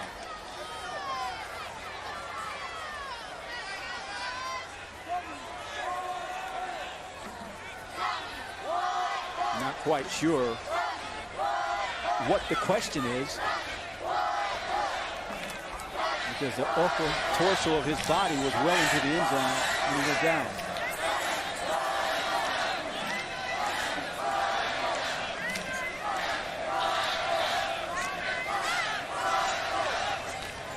You would think this would be a relatively quick decision. After further review, the ruling on the field is confirmed. Touchdown. It's confirmed, yeah, as opposed to stands. So on comes Christian Hagan to tie it, to try to tie it.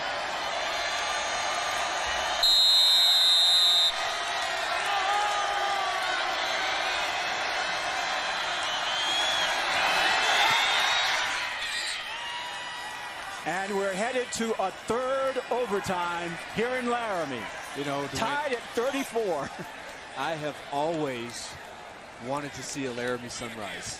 Always. Well, partner, we're pretty close. I mean, and you can see it ascend over the mountain range. Oh, man.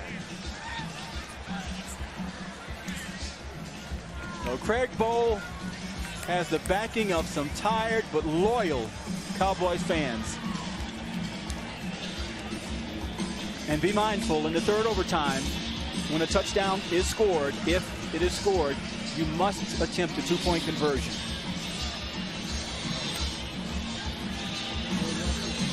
What's the over-under on overtime?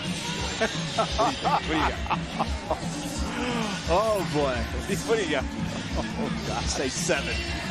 Oh, my goodness. The fans, after this long rain delay, the fans are getting their money's worth.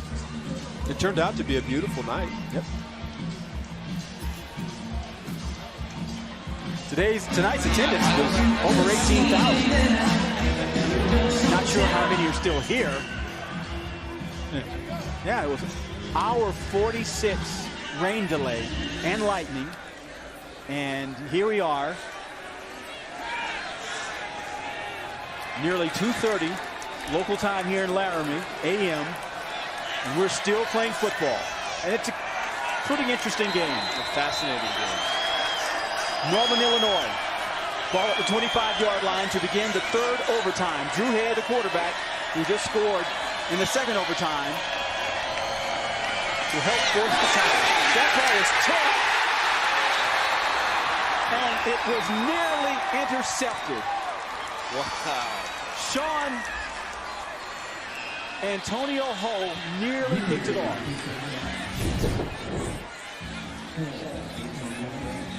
That's Carl Granderson, who was able to get his hands. The ruling on the field is an incomplete forward pass. Second down. Inside. And boy, that was so close for Antonio Hull. Second down, Golladay in motion. And they kept it underground. With Huff.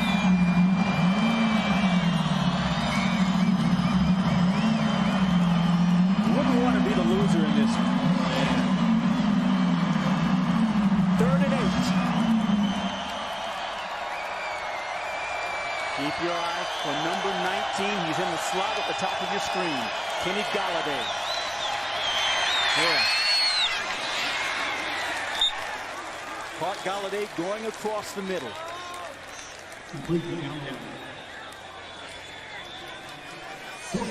Golladay had a good night. He's having a decent morning.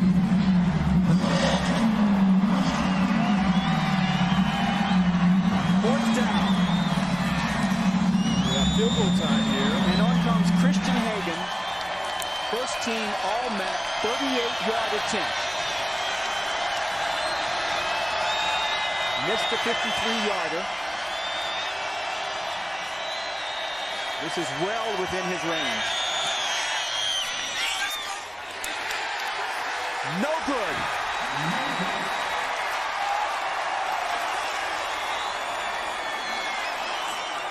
You knew that was going to happen.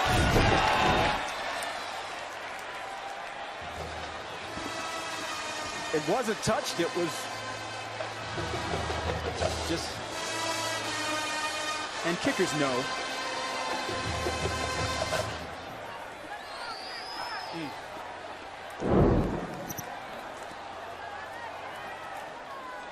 Tough one for the junior from Omaha. He was the MAC Distinguished Scholar Athlete last year. All conference and all academic. So now Wyoming with the opportunity to close it out. Brian Hill right up the middle. Powers his way up to the 20-yard line. So remember, in the first overtime, the Cowboys in the same position here, just needing a score to win the game because of the turnover, and they chose to attack the end zone on a couple pass plays when we thought they were going to run Brian Hill. So I think this is the better option of just trying to power it in there, keep that ball in the middle of the hash marks. Hill trying to add to his 1 to 12-yard total. That's his 31st carry. You know, if it works. 7-yard pickup for number 5. Yeah, tough inside. The offensive line, got to tell you, got to tip your hat. Think they've done a really nice job tonight against, you know, this defense isn't a slouch. This defense, they know how to play. They're a physical group. Ball on the 13-yard line. And it appears that Brent Vagan, the offensive coordinator, has communicated with you through telepathy or something, because he's running Brian Hill. I think we've seen the extent of their play selection for the remainder of this one. Vagan up in the booth. Hollister, one of the players in motion. Once again, Brian Hill, right side. Just churning and moving and taking bodies with him. Hill stop on 33, Payton. Jamal Payton with the tackle. Those Huskies are gassed. Yeah, and they played a tough game, I tell you. You know, they made mistakes. Some pass interference, some defensive holding. But by and large, especially here in the second half, I thought this defense has played tough. Hill now has 125 yards rushing on 33 carries. This time it's Josh Allen running around looking for somewhere to go. He dances his way into the end zone. Touchdown! Wyoming wins!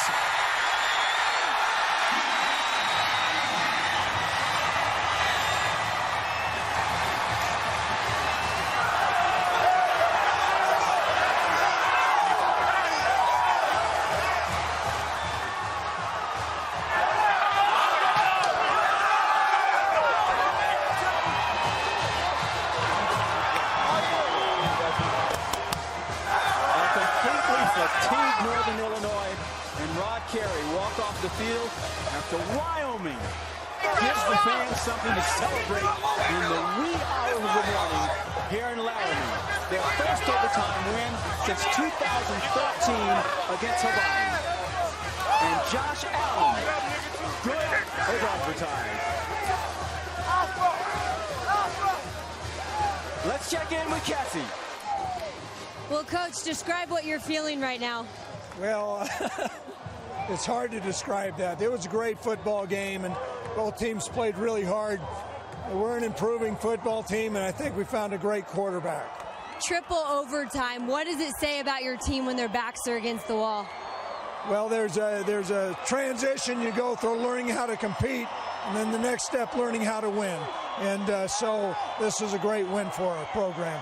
And you say you have a great quarterback. What did you see in him tonight? Well, a competitive nature. He makes plays. He only played 13 plays last game, and maybe it's an overstatement, but that was a great play right there. You have told these fans to stay patient after last year. How does this win set the tone? Well, I think it sends a message that we're making great progress here with Cowboy football. Coach, congratulations. We'll take another look at that play, Cassie. It was quite a run by Josh Allen. It appeared as though he didn't have anywhere to go, but intuition took over, didn't it, Adam? Well, you know, everybody knew that the game was going to end this way, right? You saw the improvisation skills. You thought he was maybe going to hit the sideline, but then he says, hey, wait a minute. I'm going to cut back inside. I'm going to go out there and make something happen and go out there and win this game. So a terrific way to cap off this game for Josh Allen. This turned out to be a heck of a ball game. And he just slides in, displaying that gunslinger mentality. And as for his teammates, this is what they were playing for and working for in fall camp. Wyoming wins it. Once again, our final score is 40-34. So long from Laramie, Wyoming, for Cassie McKinney and Adam Archuleta. I'm Dwayne Ballin. Wyoming in triple overtime on CBS Sports Network. See ya.